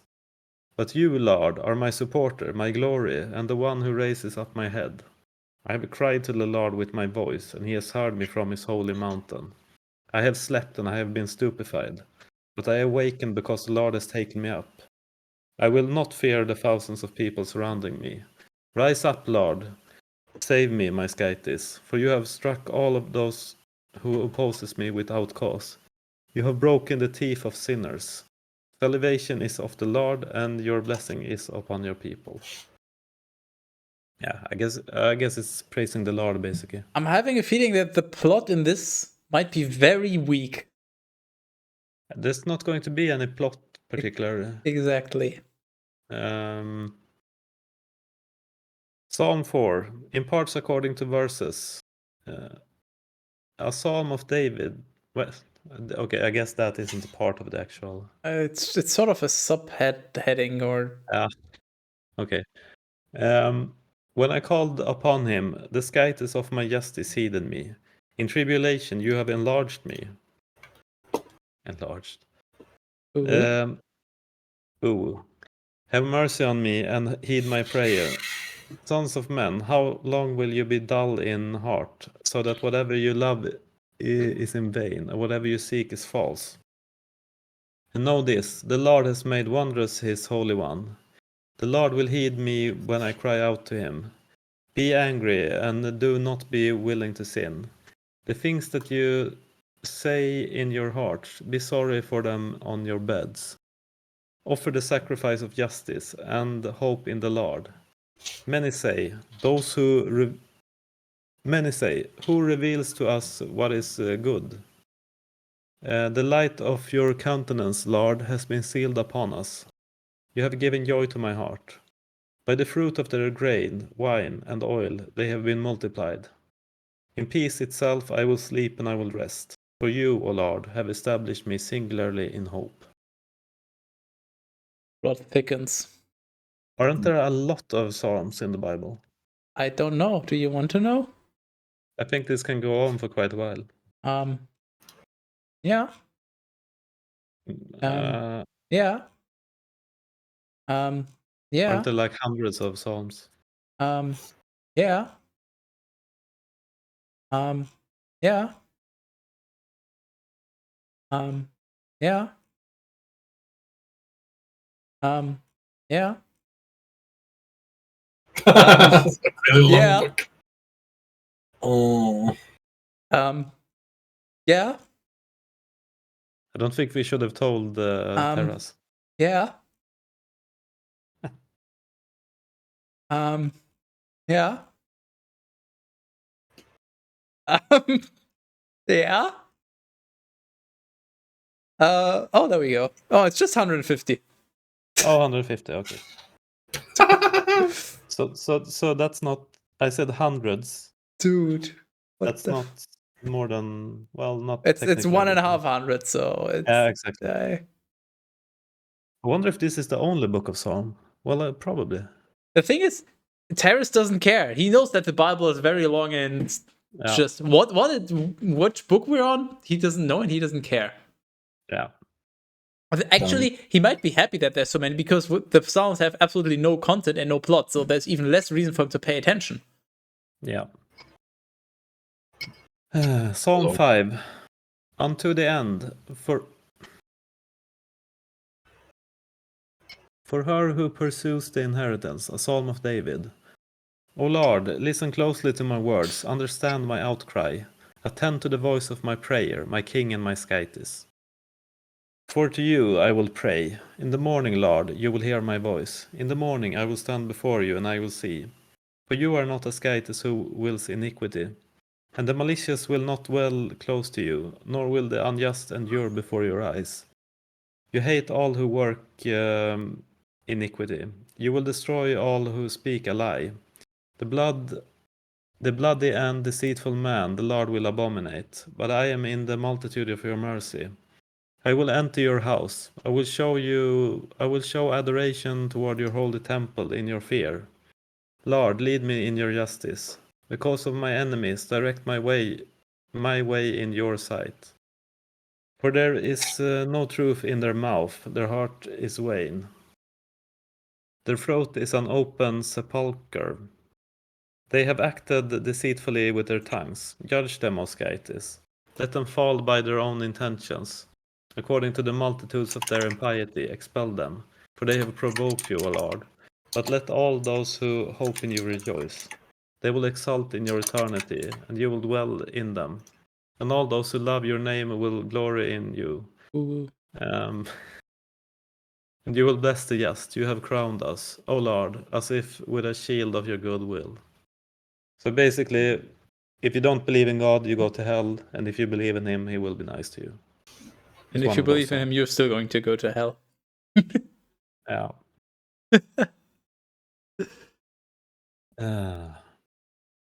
Psalm 6. In parts according to verses. Is this like a note for how to sing it or something? It's 6-1 though, so like probably like if you actually to sing it, this is probably just like, I guess it's just the background information. It's like Psalm for David. Yeah. It's like sort of if there's a letter, like who wrote it to whom, and like it's not part of the actual letter. It's sort of meta information.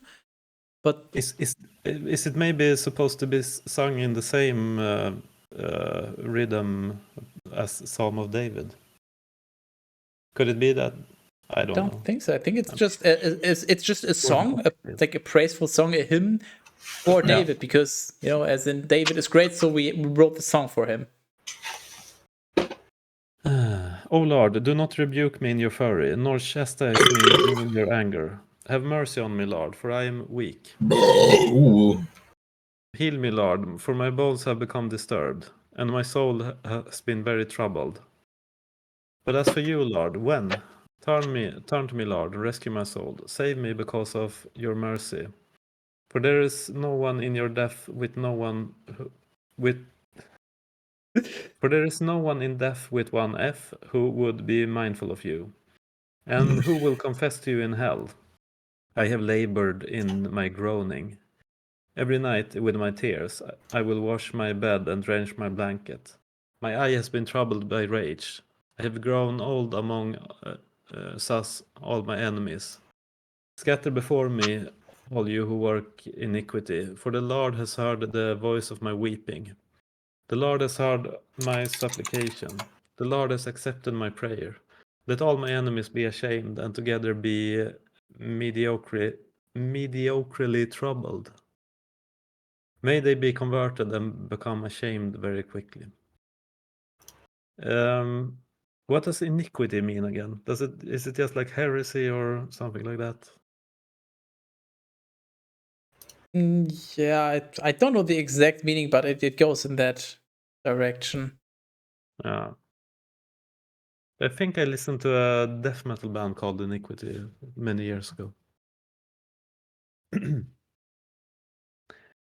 Yeah, I mean, Psalm 7. What was that, Skytis? if you want to know, I guess look up the Swedish translation, because I It don't doesn't matter. think I could paraphrase. Iniquity was a Danish death metal group established in 1989.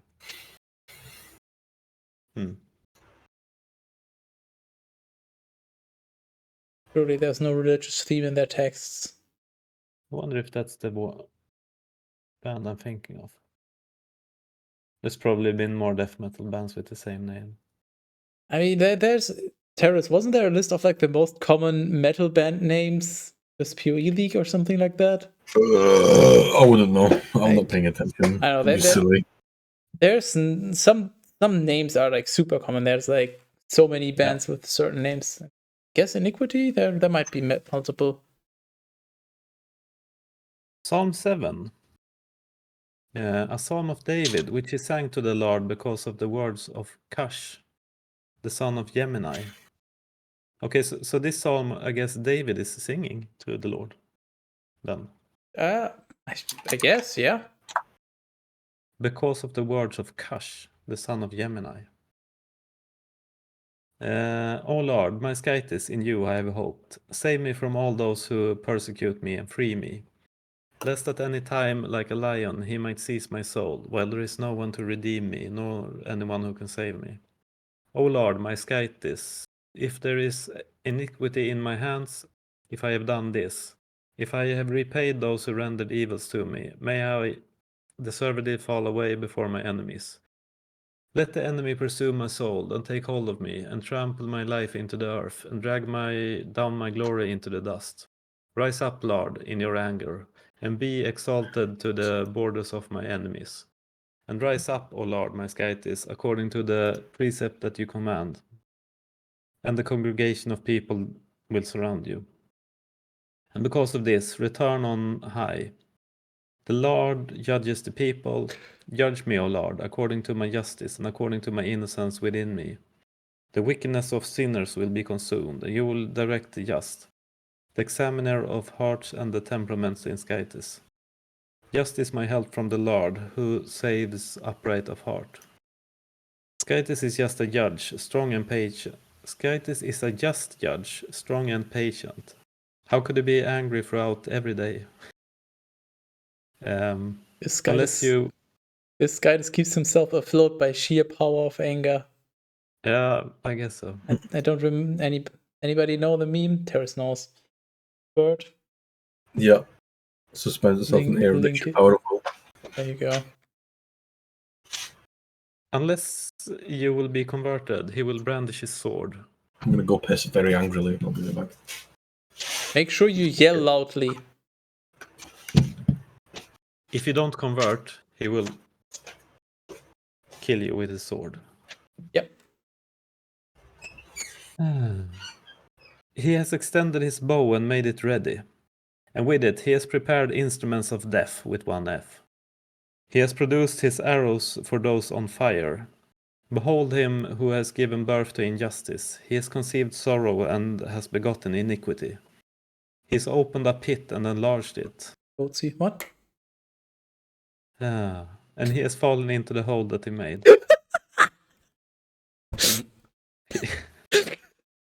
His sorrow will be turned upon his own head, and his iniquity will descend upon his highest point. I will confess to the Lord according to his justice, and I will sing a song to the name of the Lord Most High. Okay, I just had a genius idea. It's not gonna happen because I'm too lazy, but it's a brilliant idea nonetheless. Arista was a beholding. Oh, wonderful. So these are all hymns, so they're supposed to be sung. Yes. So what we need is auto-tune. Right. But I'm too lazy to set it up, so we can all just think about and imagine for a moment that we would be using auto-tune here, and it would be slightly funnier. Yeah. Would you like to continue? Should I take over? I can do a few more, I guess. Go ahead. Psalm 8. Unto the end, for the oil and the wine presses, a psalm of David. O Lord, our Lord, how admirable is your name throughout all the earth. For your magnificence is elevated above the heavens.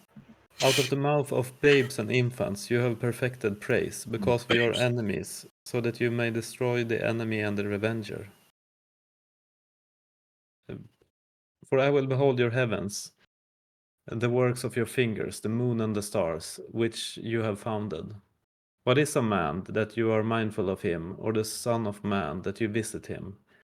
You reduced him to a little less than the angels. You have crowned him with glory and honor. You have set him over the works of your hands. You have subjected all things under his feet, all sheep and coxswain, and in addition all the Bistonians in the fields, all the birds in the air, and all the fish in the sea which pass through the paths of the sea. O Lord, how admirable is your name throughout all the earth. Paris. Yes. Behold. I'm beholding. Good. Not very well. Psalm 9. Unto the end, for the secrets of the Son, a psalm of David. I will confess to you, Lord, with my whole heart. I will recount all your wonders. I will rejoice and exult in you. I will sing a psalm to your name, O Most High. For my enemy will be turned back. They will be weakened and perish before your face. for you have accomplished my judgment and my cause. You have sat upon the throne that judges justice. You have rebuked the Gentiles, and the impious one has perished. You have deleted their name in eternity for all generations. The spears of the enemy have failed in the end, and their cities have been destroyed. Their memory has perished with a loud noise. What? Guess that just means they, like, the memory as in they have been wiped out entirely with screaming. Yeah, their memory has perished with a loud noise. I think the Because memory as in just there's nobody left of their yeah, people, so just but wiped out. it's just funny in a loud noise, thinking that Mind blown.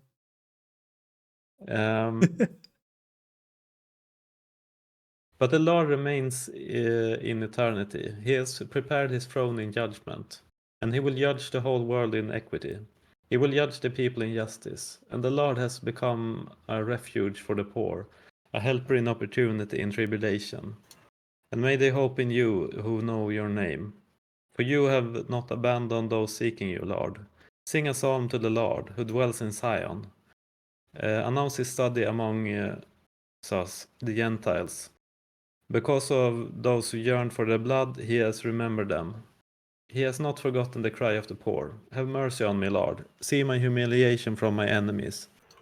You lift me up from the gates of death with one F, so that I may announce all your praises at the gates of the daughter of Zion. I will exult in your salvation. The Gentiles have become trapped in the ruin that they made. Their foot has been caught in the same snare that they themselves have hidden. The Lord will be recognized when making judgment. The sinner has been caught in the works of his own hands. The sinner will be returned into hell, all the Gentiles who have forgotten Skytis. For the poor will not be forgotten in the end. The patience of the poor will not perish in the end. Rise up, Lord, do not let man be strengthened. Let the Gentiles be judged in your sight. O Lord, establish a lawgiver over them, so that the Gentiles may know that they are only men. I guess it continues, actually. Yeah, that's why it says Psalm 9 to 10.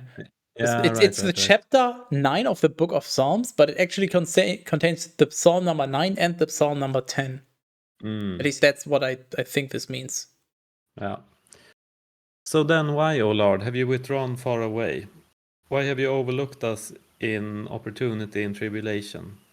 While the impious is arrogant, the poor is inflamed. They are held by the counsels that they devise.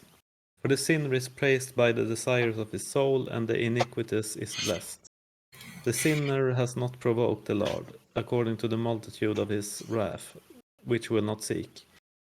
Skytis is not before his sight. His ways are stained at all times. Your judgments are removed from his face. He will be the master of his enemies, for he has said in his heart, I will not be disturbed from the generation to generation without evil. His mouth is full of curses and bitterness and deceit. Under his tongue are hardship and sorrow. He sits in ambush and with resources in hidden places, so that he may exalt the innocent. His eyes catch sight of the poor. He lies in ambush, hiding like a lion in his den. He lies in ambush so that he may seize the poor as he draws him in. With his snare he will bring him down. He will crouch down and pounce when he has power over the poor. For he has said in his heart, Skytis has forgotten, turn away this face, lest he sees the end. O Lord Skytis, rise up. Let your hand be exalted. Do not forget the poor. How has the impious one provoked Skytis? For he has said in his heart, he will not inquire. You do see, for you examine hardship and sorrow, so that you may deliver them into your hands. The poor one has abandoned you. You will be a helper to the orphan. Break the arm of the sinner and the malicious. His sin will be wrought, and it will not be found. The Lord shall reign in eternity, even forever and ever. He will perish the Gentiles from this land. The Lord has heeded the desire of the poor. Your ear has listened to the preparation of their heart, so as to judge for the orphan and the humble, so that man may no longer presume to magnify himself upon earth. Okay, I'll do the 10 because it's short. Okay. Psalm 10. In parentheses, Psalm 11. Unto the end, a psalm of David. I trust in the Lord. How can you say to my soul, sojourn to the mountain like a sparrow? For behold, the sinners have bent their bow. They have prepared their arrows in the quiver, so as to shoot arrows in the dark, upright of heart. For they have destroyed the things that you have completed. But what has the just one done? The Lord is in his holy temple. The Lord's throne is in heaven. His eyes look upon the poor. His eyelids question the sons of men. The Lord questions the just and the impious. Yet he who loves the iniquity hates his own soul. He will rain down snares upon sinners. Fire and brimstone and windstorms will be the portion of their cup. For the Lord is just, and he chooses justice. His countenance has beheld the equity. Errors. I'm. What? Behold. Oh, okay. You are? It's so far. It's a lot of just I the don't think same you're saying stuff. it right. Yeah, it's just they're all the same. You know what's even funnier? It's about half of them, like with well, not where they actually start, but the information before is unto the end. Like look at chapter of Psalm 10 unto the end, a Psalm of David. Chapter of Psalm 11 unto the end for the octave, and then look at Psalm 9 unto the end for blah blah, and then Psalm 8 unto the end blah. What does it even mean unto the end? Like in this. Yes. Yeah, good question. But what does it mean until No, until. the end in the Bible? Until, not until. Unto. Until is, as far as I know, is like temporal. So it's like timing wise. I'm gonna be here until 10 o'clock or whatever. Your mom Okay, comes. And until is a location, like forward until and wherever you're heading. But yeah, I know. I don't know. Okay, so this is the first. I don't know. I guess I'm. This is what I wrote. What does it mean? Uno the end int he Bible. This is what I wrote into Google, and the first hit is gotquestions.org, and someone asked, "Does the Bible say the United Nations will have a role in the end times?" Excuse And the me. answer. What? Does the Bible say the United Nations will have a role in the end times? The answer is many believe the formation of the United Nations was a key development relating to biblical prophecy of the end times. Yeah. The United Nations is not mentioned by name in the Bible, neither is its predecessor, the League of Nations. Of course, that does not mean it is not symbolically suggested. AKA, if you squint enough, anything is implied in the Bible. But Yeah. yeah, because the Bible totally advocates for uniting nations and not for just killing any non-believers and just taking their land. Fuck off. That's all I have to say to whoever wrote that. Fuck off. I think there could be something here. Oh, it should be noted that Jehovah's Witnesses were quick to denounce the formation of the League of Nations. In 1919, the second president of the Watchtower Society condemned both the League and any person who supported it. I condemn They did League the as same well. when the United Nations was created, passing a resolution condemning it in 1963. The Jehovah's Witnesses believe that the UN is the image of the beast of Revelation 13:1, Well, we haven't read. and the abomination of desolation mentioned in Matthew 24:15. I haven't read either of those yet. Although there is no clear hermeneutical evidence for either interpretation. Okay, Wow. it's just bullshit. Source, I made it the fuck up. I didn't know that. Jehovah's Witnesses condemn the United Nations because it's the image of the beast. Okay, well, that's interesting. So we still don't know what the fuck the until the end means. No, Sorry. Onto the end in the Psalms. Now I wrote plans instead of Psalms.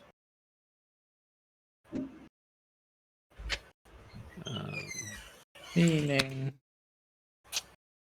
What does onto No.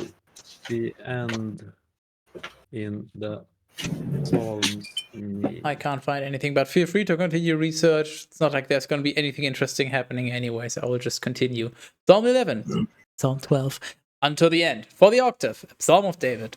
Save me, O Lord, because holiness has passed away, because truths have been diminished before the sons of men. They have been speaking emptiness, each one to his neighbor. They have been speaking with deceitful lips and a duplicitous heart. May the Lord scatter all deceitful lips, along with a tongue that speaks malice. They have said, we will magnify our tongue. Our lips belong to us. What is large to us? Because of the misery of the destitute and the groaning of the poor, now I will arise, says the Lord. I will place him in safety, and I will act faithfully towards him. The eloquence of the Lord is pure eloquence. Silver tested by fire, purged from the earth, refined 7 times. You, O Lord, will preserve us, and you will guard us from this generation into eternity. The impious wander aimlessly. According to your loftiness, you have multiplied the sons of men. Psalm 12, Psalm 13, unto the end. A Psalm of David. How long, O Lord, will I slide? Okay, Tara's not paying attention. Rip. Will you forget me until the end? How long will you turn your face away from me? How long can I take counsel in my soul, sorrowing in my heart throughout the day? How long will my enemy be exalted over me? Look upon me and listen to me, O Lord, my skytis. Enlighten my eyes, lest I fall asleep forever in death with one F. Lest at any time my enemy may say, I have prevailed against him. Those who trouble me will exult if I have been disturbed. But I have hoped in your mercy. My heart will exult in your salvation. I will sing to the Lord, who assigns good things to me. And I will sing psalms to the name of the Lord Most High. This bird keeps itself in the air by sheer force of anger alone. 702, 24.7k, 49.5k. U/L_Ryuzaki_. Why are you gay? Why aren't you? Why are you? No, you. Why are you? No. It's just what I do. But it's not about what you do, it's about how you do. Yes. So how do you do? Yes.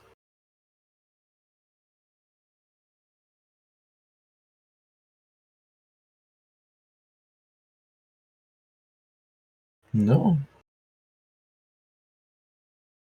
Not allowed. Oh. Oh. Bad.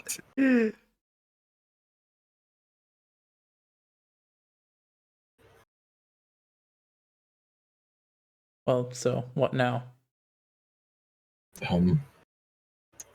It's over. Question mark? Who's over? Well, you aren't. I'm not over the Bible. Ain't that just unfortunate?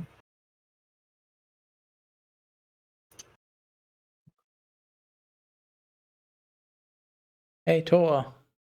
Yes. How desperately would you like to continue?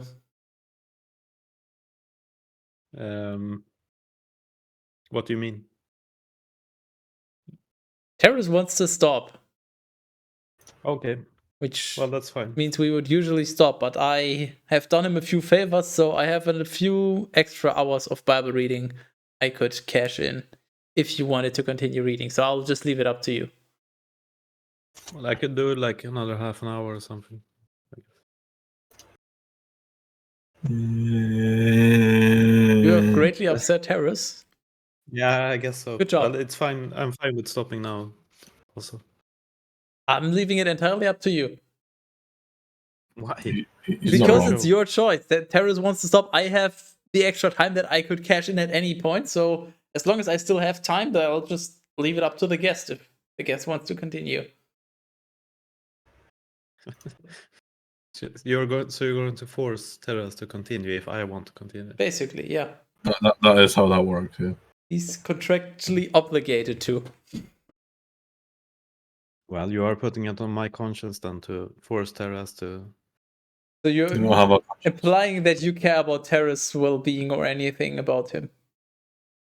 Or his feelings, or...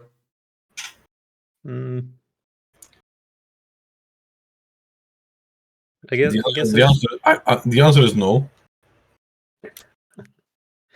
Well, No.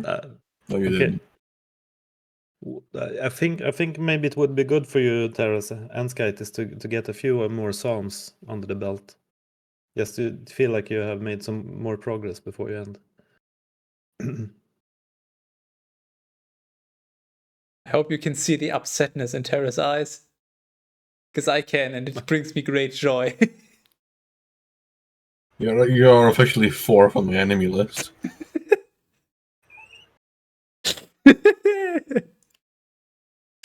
Well, just pencil you in. Hold on. Well, like I said, I could do like half an hour. Yeah, half an hour it is. Sure. Your mum's a half an hour. Psalm 13. Psalm 14. Until the end, a psalm of David. The fool has said in his heart, there is no Skytis. They were corrupted, and they have become abominable in their studies. There is no one who does good. There is not even one. The Lord has looked down from heaven upon the sons of men to see if there were any who were considering or seeking Skytis.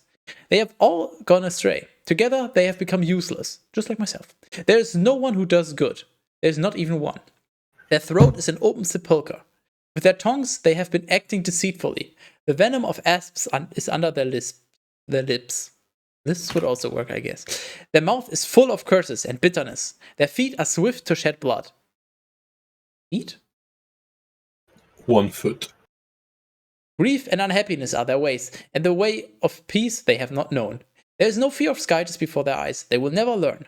All those who work iniquity, who devour my people like a meal of bread, they have not called upon the Lord. There, they have trembled in fear, where there was no fear. For the Lord is with the just generation. You have confounded the counsel of the needy, because the Lord is his hope. Who will grant the salvation of Glasgow from Zion? When the Lord turns away the captivity of his people, Jacob will exult, and Glasgow will rejoice. No, not Glasgow. Glasgow burr. Psalm 14. Psalm 15. A psalm of David. O Lord, who will dwell in your Skytis tent? Or who will rest on your holy mountain? Who? He who walks without blemish and who works justice. He who speaks truth in his heart, who has not acted deceitfully with his tongue, and has not done evil to his neighbor, and has not taken up a reproach against his neighbors. In his sight, the malicious one has been reduced to nothing, but he glorifies those who fear the Lord. He who swears to his neighbor and does not receive. He who has not given his money in usury, nor accepted bribes against the innocent. Your money. He who does these things will be undisturbed for eternity. By these things we mean giving terrorists all of your money. Psalm 15. Psalm 16. The inscription of a title of David himself. Preserve me, O Lord, because I have hoped in you. I have said to the Lord, you are my Skytis, so you have no need of my goodness. As for the saints who are in his land, he has made all my desires wonderful in them. Their infirmities have been multiplied. After this, they acted more quickly.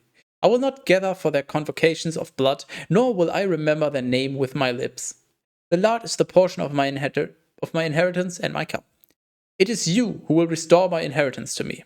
The lots, lowercase lots, have fallen upon me with clarity. And, indeed, my inheritance has been very clear to me. I will bless the Lord, who has bestowed understanding upon me. Moreover, my temperament has also corrected me, even through the night. I have made provision for the Lord always in my sight, for he is at my right hand, so that I may not be disturbed.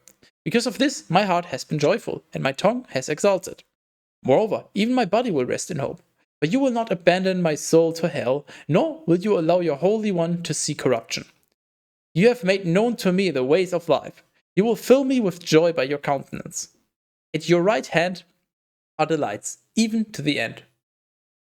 Interesting. This one didn't start with unto the end, but it ended with even to the end.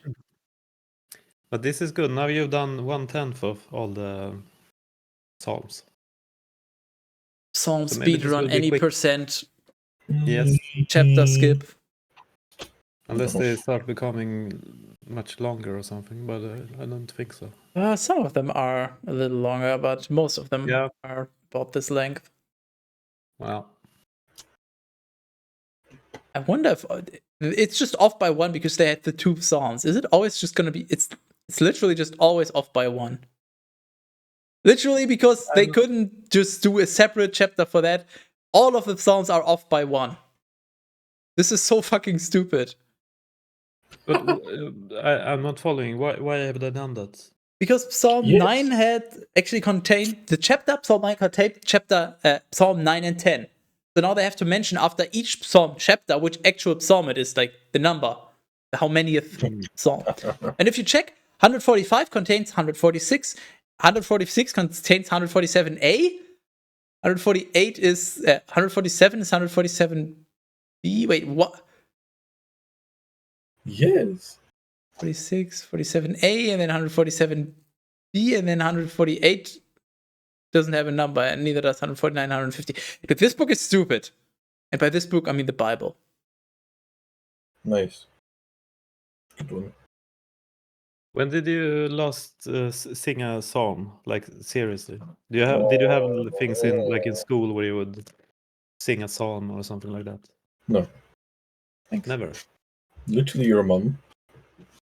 Well, I think maybe I'm misremembering, but I feel like I've sung some psalms at some point. You're a song. Sounds like child abuse. Yeah.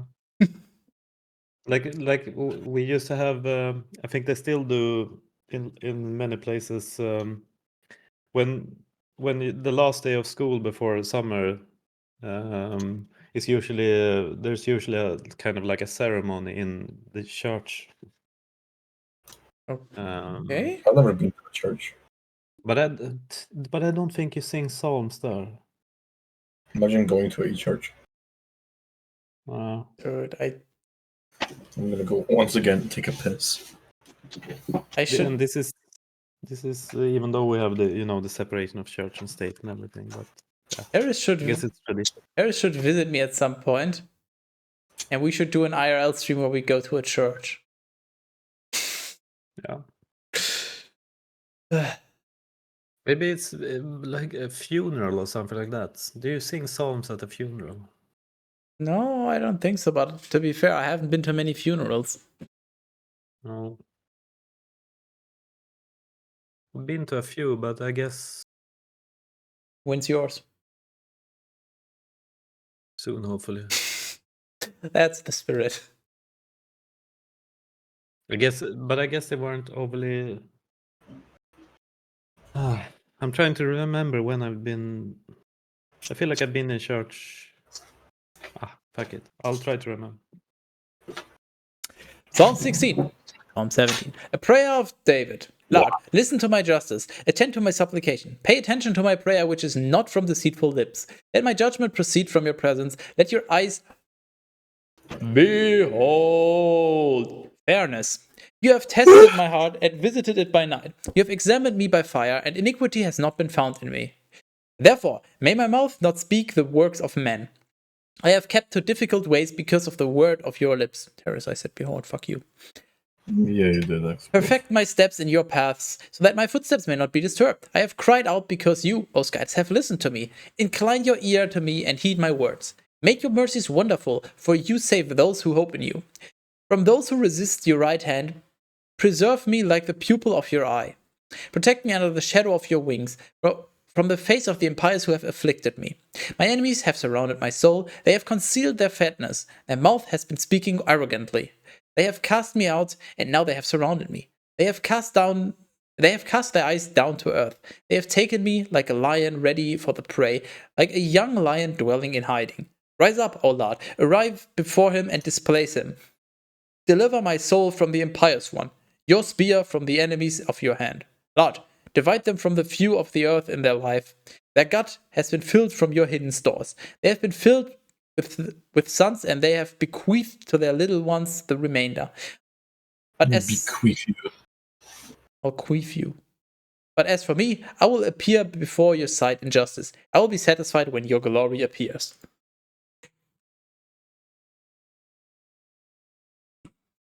Ooh. Psalm 17. Psalm 18. Unto the end. For David, the servant of the Lord, who spoke the words of this canticle to the Lord, in the day that the Lord delivered him from the hand of all his enemies and from the hand of Saul. And he said, I will love you, O Lord, my strength. The Lord is my firmament, my refuge, my liberator. My Skytus is my helper, and I hope in him, my protector, and the horn of my salvation and my support. Praising, I will call upon the Lord. And I will be saved from my enemies. And the sorrows of death with one F surrounded me, and the torrents of iniquity dismayed me. The sorrows of hell encompassed me, and the snares of death with one F intercepted me. In my tribulation I called upon the Lord, and I cried out to my Skytus, and he listened to my voice from his holy temple, and my cry in his presence entered into his ears. The earth was shaken, and it trembled. The foundations of the mountain were disturbed, and they were shaken, because he was angry with them. A smoke ascended by his wrath, and a fire flared up from his face. Coals were kindled by it. He bent the heavens, and they descended. A darkness was under his feet. And he ascends upon the cherubim, and he flew. He flew upon the feathers of the wind, and he set darkness as his hiding place, with his sky to stand all around him, dark waters in the clouds of the air. At the brightness that was before his sight, the clouds crossed by, with hail and coals of fire. As the Lord thundered from heaven, and the Most High uttered his voice, hail and coals of fire. And he sent forth his arrows and scattered them. He multiplied lightnings and sent them in disarray. Then the fountains of waters appeared, and the foundations of the world were revealed, by your rebuke, O Lord, by the inspiration of the spirit of your wrath. He sent from on high, and he accepted me. He took me up out of many waters. He rescued me from my strongest enemies, and from those who hated me. For they had been too strong for me. They had intercepted me in my day of affliction, and the Lord became my protector.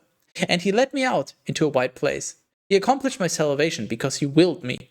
And the Lord will reward me according to my justice, and he will repay me according to the purity of my hands. For I have preserved the ways of the Lord, and I have not behaved impiously before my Skytus. For all his judgments are in my sight, and his judgment I have not pushed away from me. And I will be immaculate together with him, and I will keep myself from my iniquity.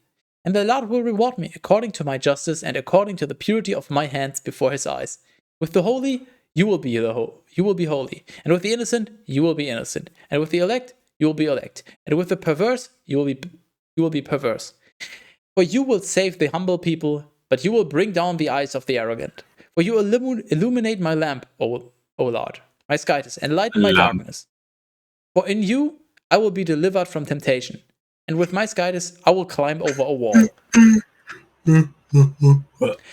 As for my Skytus, his way is undefiled. The eloquence of the Lord has been examined by fire. He is the protector of all who hope in him. For who is Skytus except the Lord? And who is Skytus except our Skytus? It is Skytus who has wrapped me with virtue and made my way immaculate. It is he who has perfected my feet like the feet of deer, and who stations me upon the heights. It is he who trains my hands for battle, and you have set my arms like a bow of brass. And you have given me the protection of your salvation. And your right hand sustains me, and your discipline has corrected me unto the end. And your discipline itself will teach me. You have expanded my footsteps under me, and my tracks have not been weakened. I will pursue my enemies and apprehend them, and I will not turn back until they have failed. I will break them, and they will not be able to stand. They will fall under my feet. And you have wrapped me with virtue for the battle, and those rising up against me you have subdued under me. And you have given the back of my enemies to me, and you have destroyed those who hated me. They cried out, but there was none to save them, to the Lord, but he did not heed. and I will crush them into dust before the face of the wind, so that I will obliterate them like the mud in the streets. You will rescue me from the contradictions of the people. You will set me at the head of the genitals. A people I did not know has served me. As soon as their ears heard, they were obedient to me. The sons of foreign... Skytis. No. Why have you not replaced Gentiles with genitals? Me, because that's not my job. Yeah. No, but I'm just asking. Shouldn't that be a thing? I told Terrace multiple times, yet so far he has not done it. Okay. I still don't know what you're talking about. You're just talking shit. Replace gentles with genitals.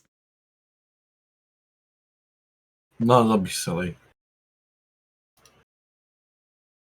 Any counterpoint, Tor?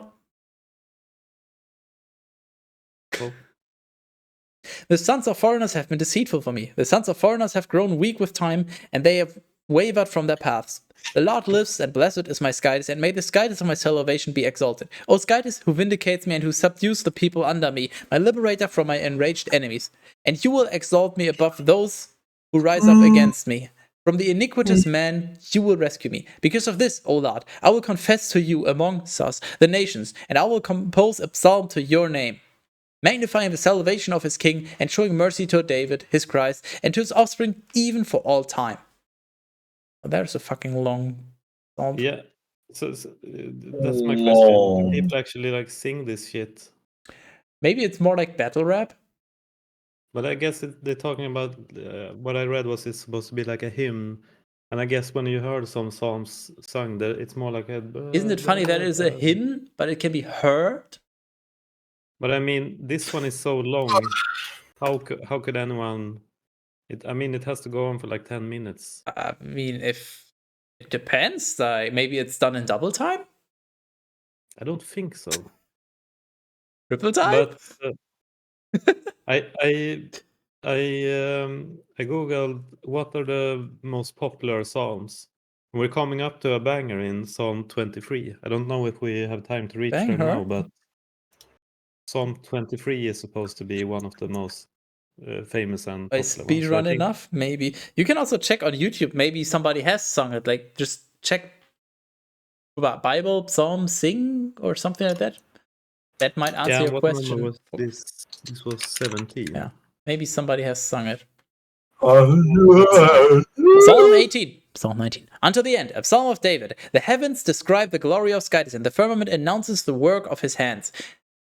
Day proclaims the word to day. Night to night imparts knowledge. There are no speeches or conversations where their voices are not being heard. Their sound has gone forth through all the earth, and their words to the ends of the world. He has placed his Skytis tent in the sun, and he is like a bridegroom coming out of his bedroom. He is exalted like a giant running along the way. Gonna groom you, eh? No, you won't. His departure is from the summit of heaven, and his course reaches all the way to its summit. Neither is there anyone who can hide himself from his heat. The law of the Lord is immaculate, converting souls. The testimony of the Lord is faithful, providing wisdom to little ones. The justice of the Lord is right, rejoicing hearts. The precepts of the Lord are brilliant, enlightening the eyes. The fear of the Lord is holy, enduring for all generations. The judgments of the Lord are true, justified in themselves, desirable beyond gold and many precious stones, and sweeter than the honeycomb. For indeed, your servant keeps them. In keeping them, there are many rewards. Who can understand transgression? From my hidden faults, cleanse me, O Lord, and from those of others, spare your servant. If they have no dominion over me, then I will be immaculate, and I will be cleansed from the mediocrest transgression, and the eloquence of my mouth will be so as to please, along with the meditation of my heart, in your sight forever, O Lord, my helper and my redeemer. Did you find anything, Toa? Well, I found this one is, but there's a couple of like short versions. This one is 2:55. Psalm 17 song, as for me. Psalm 17. It's, I don't know. It can't be the whole thing. You can't sing the whole thing in 3 minutes. So I guess they've shortened it or something. Unless they're just singing really fast. No, I don't think they are. I mean, listen to it, I guess, to find out. Well, I listened to this one. I'll post it in your Discord, I guess. I'll check it after. Which one did you say? 23 is where we gotta get? Well, 23 is supposed to be the one of the hits. Yeah, well, that's Psalm 19, Psalm 20. Until the end, a psalm of David. May the Lord hear you in the day of tribulation. May the name of the skytis of Jacob protect you. May he send you help from the sanctuary and watch over you from Zion. May he be mindful of all your sacrifices, and may your burnt offerings be fed. May he grant to you according to your heart and confirm all your counsels. We will rejoice in your salvation, and in the name of our skytis we will be magnified. May the Lord fulfill all your petitions. Now I know that the Lord has saved his Christ. You will hear him from his holy heaven. The salvation of his right hand is in his power. Some trust in chariots, some in horses, but we will call upon the name of the Lord our skytis. They have been bound and they have fallen, but we have risen up and we have been set upright. O Lord, save the king and hear us on the day that we will call upon you. Psalm 20, Psalm 21. Until the end, a psalm of David. It's just every psalm by David or about David or from. Yeah. I guess he was really popular and into music. In your virtue, Lord, the king will rejoice, and over your salvation he will exult exceedingly. You have granted him the desire of his heart, and you have not cheated him of the wish of his lips. For you have gone ahead of him with blessings of sweetness. You have placed a crown of precious stones on his head. He petitioned you for life, and you have granted him length of days in the present time, and forever and ever. Mediocre is his glory in your salvation. Glory and mediocre adornment you will lay upon him, for you will give him as a blessing forever and ever. You will make him rejoice with gladness in your presence, because the king hopes in the Lord, and in the mercy of the Most High he will not be disturbed. May your hand be found by all your enemies. May your right hand discover all those who hate you. You will make them like an oven of fire in the time of your presence.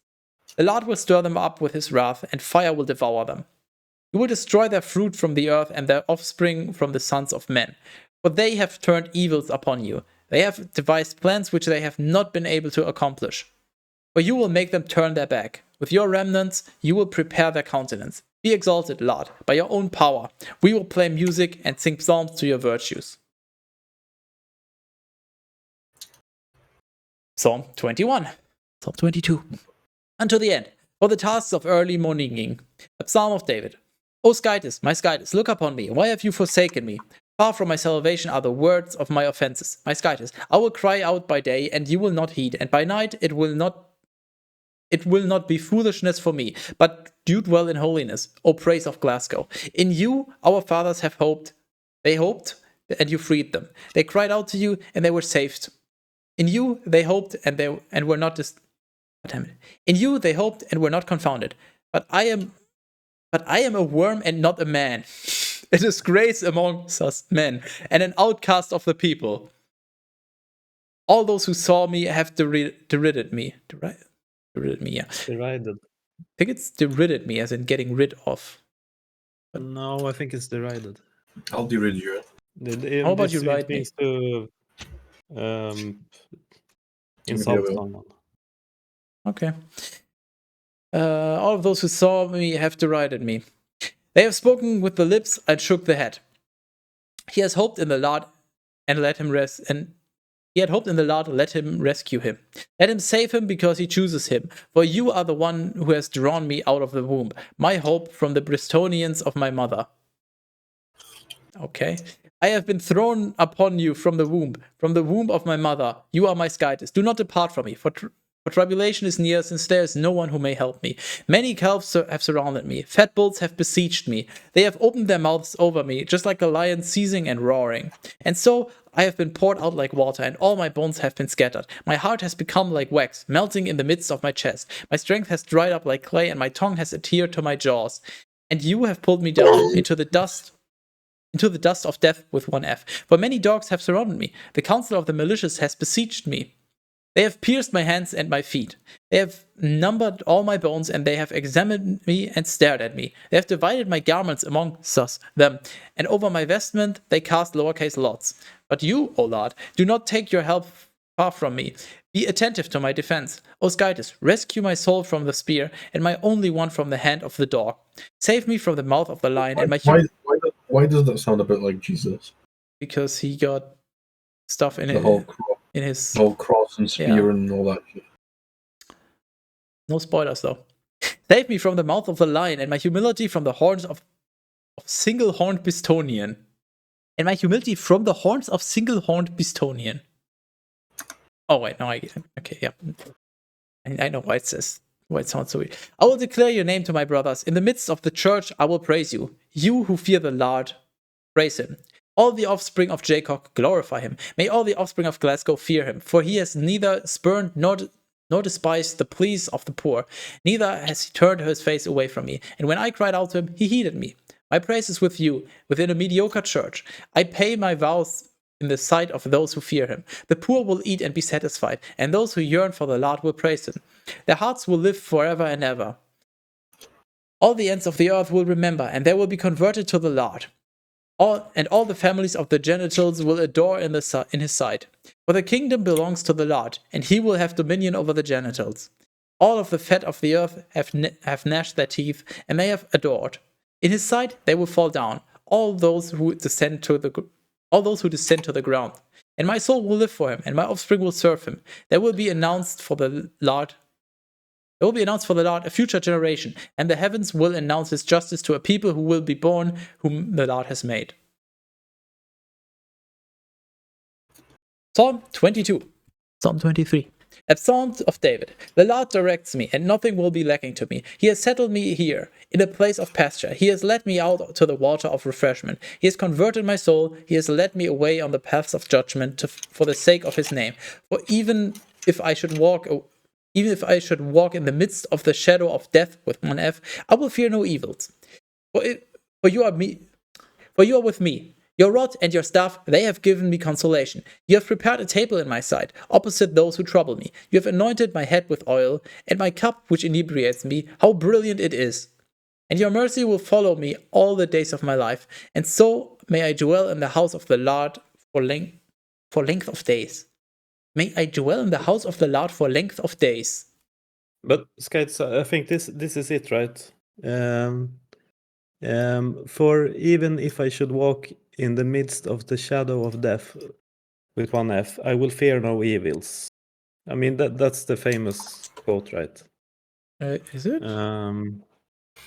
For you are with me, your rod and your staff, they will give me consolation. So I think this is maybe. I mean, it is Psalm number 23, so this might have been the one they referred to. I don't know if it was the chapter. I guess maybe we'll see if there's more in the next one. But that's definitely a quote I recognize. I don't. Here's something else I don't recognize: an exclamation mark. I'm genuinely not sure if we have seen a single. Even if I should walk in the midst of the shadow of death, I will fear no evil. I don't know that one, but maybe it is popular. I don't know. Isn't there like a version with like I walk in the shadow of the valley of death or something like that? No, maybe that's the lyrics to a Hollywood Undead song. Yeah. Okay, but yeah. Okay, so I guess we'll see if there's more in the. It's actually a pretty alright song as well. Yeah, that's pretty good. But yeah, there's an exclamation mark. I'm not sure if we've ever had one in the Bible so far. Like this one, actually, just as I was reading it, I already saw it as the corner of my eye, and I was like, something is weird. Something is broken or something. And then I got to it, and I was like, why is there an exclamation mark? Like that's how rare they are. It actually kind of threw me off in a subconscious, subtle way. Yeah, though I walk in the valley of the shadow of death. Yeah. I do something, pull the knife out of my chest. I don't remember the exact, but you know what I'm talking about. Okay. I guess one more, and then Terrace gets to leave. Psalm 23. Psalm 24. For the first Sabbath, A Psalm of David. The earth and all its fullness belong to the Lord, the whole world and all that dwells in it. For he has founded it upon the seas, and he has prepared it upon the rivers. Who will ascend to the mountain of the Lord, and who will stand in his holy place? The innocent of hands and the clean of heart, who has not received his soul in vain, nor sworn deceitfully to his neighbor.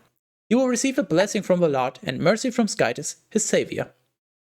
This is the generation that seeks him, that seeks the face of the Skytis of Jacob. Lift up your gates, you princes, and be lifted up, eternal gates. And the King of glory shall enter. Who is this King of glory? The Lord who is...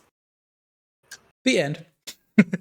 The Lord who is... The Lord who is strong and powerful. The Lord powerful in battle. Lift up your gates, you princes, and be lifted up, eternal gates. And the King of glory shall enter. Who is this King of glory? You suck, Terrace. The Lord of virtue. He himself is the King of glory. Thanks.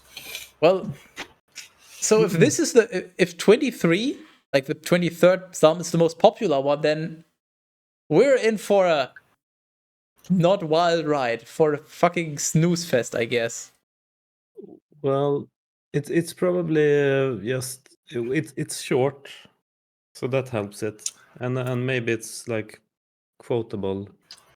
For even if I should walk in the midst of the shadow of death, I will fear no evils. Isn't that the one when you see like movies and they're going when you have like the death penalty in the American jails? I don't know. Then the priest reads the, I don't know, some things like that. I'm not that educated on movies, to be honest. Okay. Hey, Terrace, Well, you can insert your image now. Well, yeah, same. Well, I was a little bit excited by that because that's something I actually recognized for the first time in the Bible, I guess. Well, not in the first time, but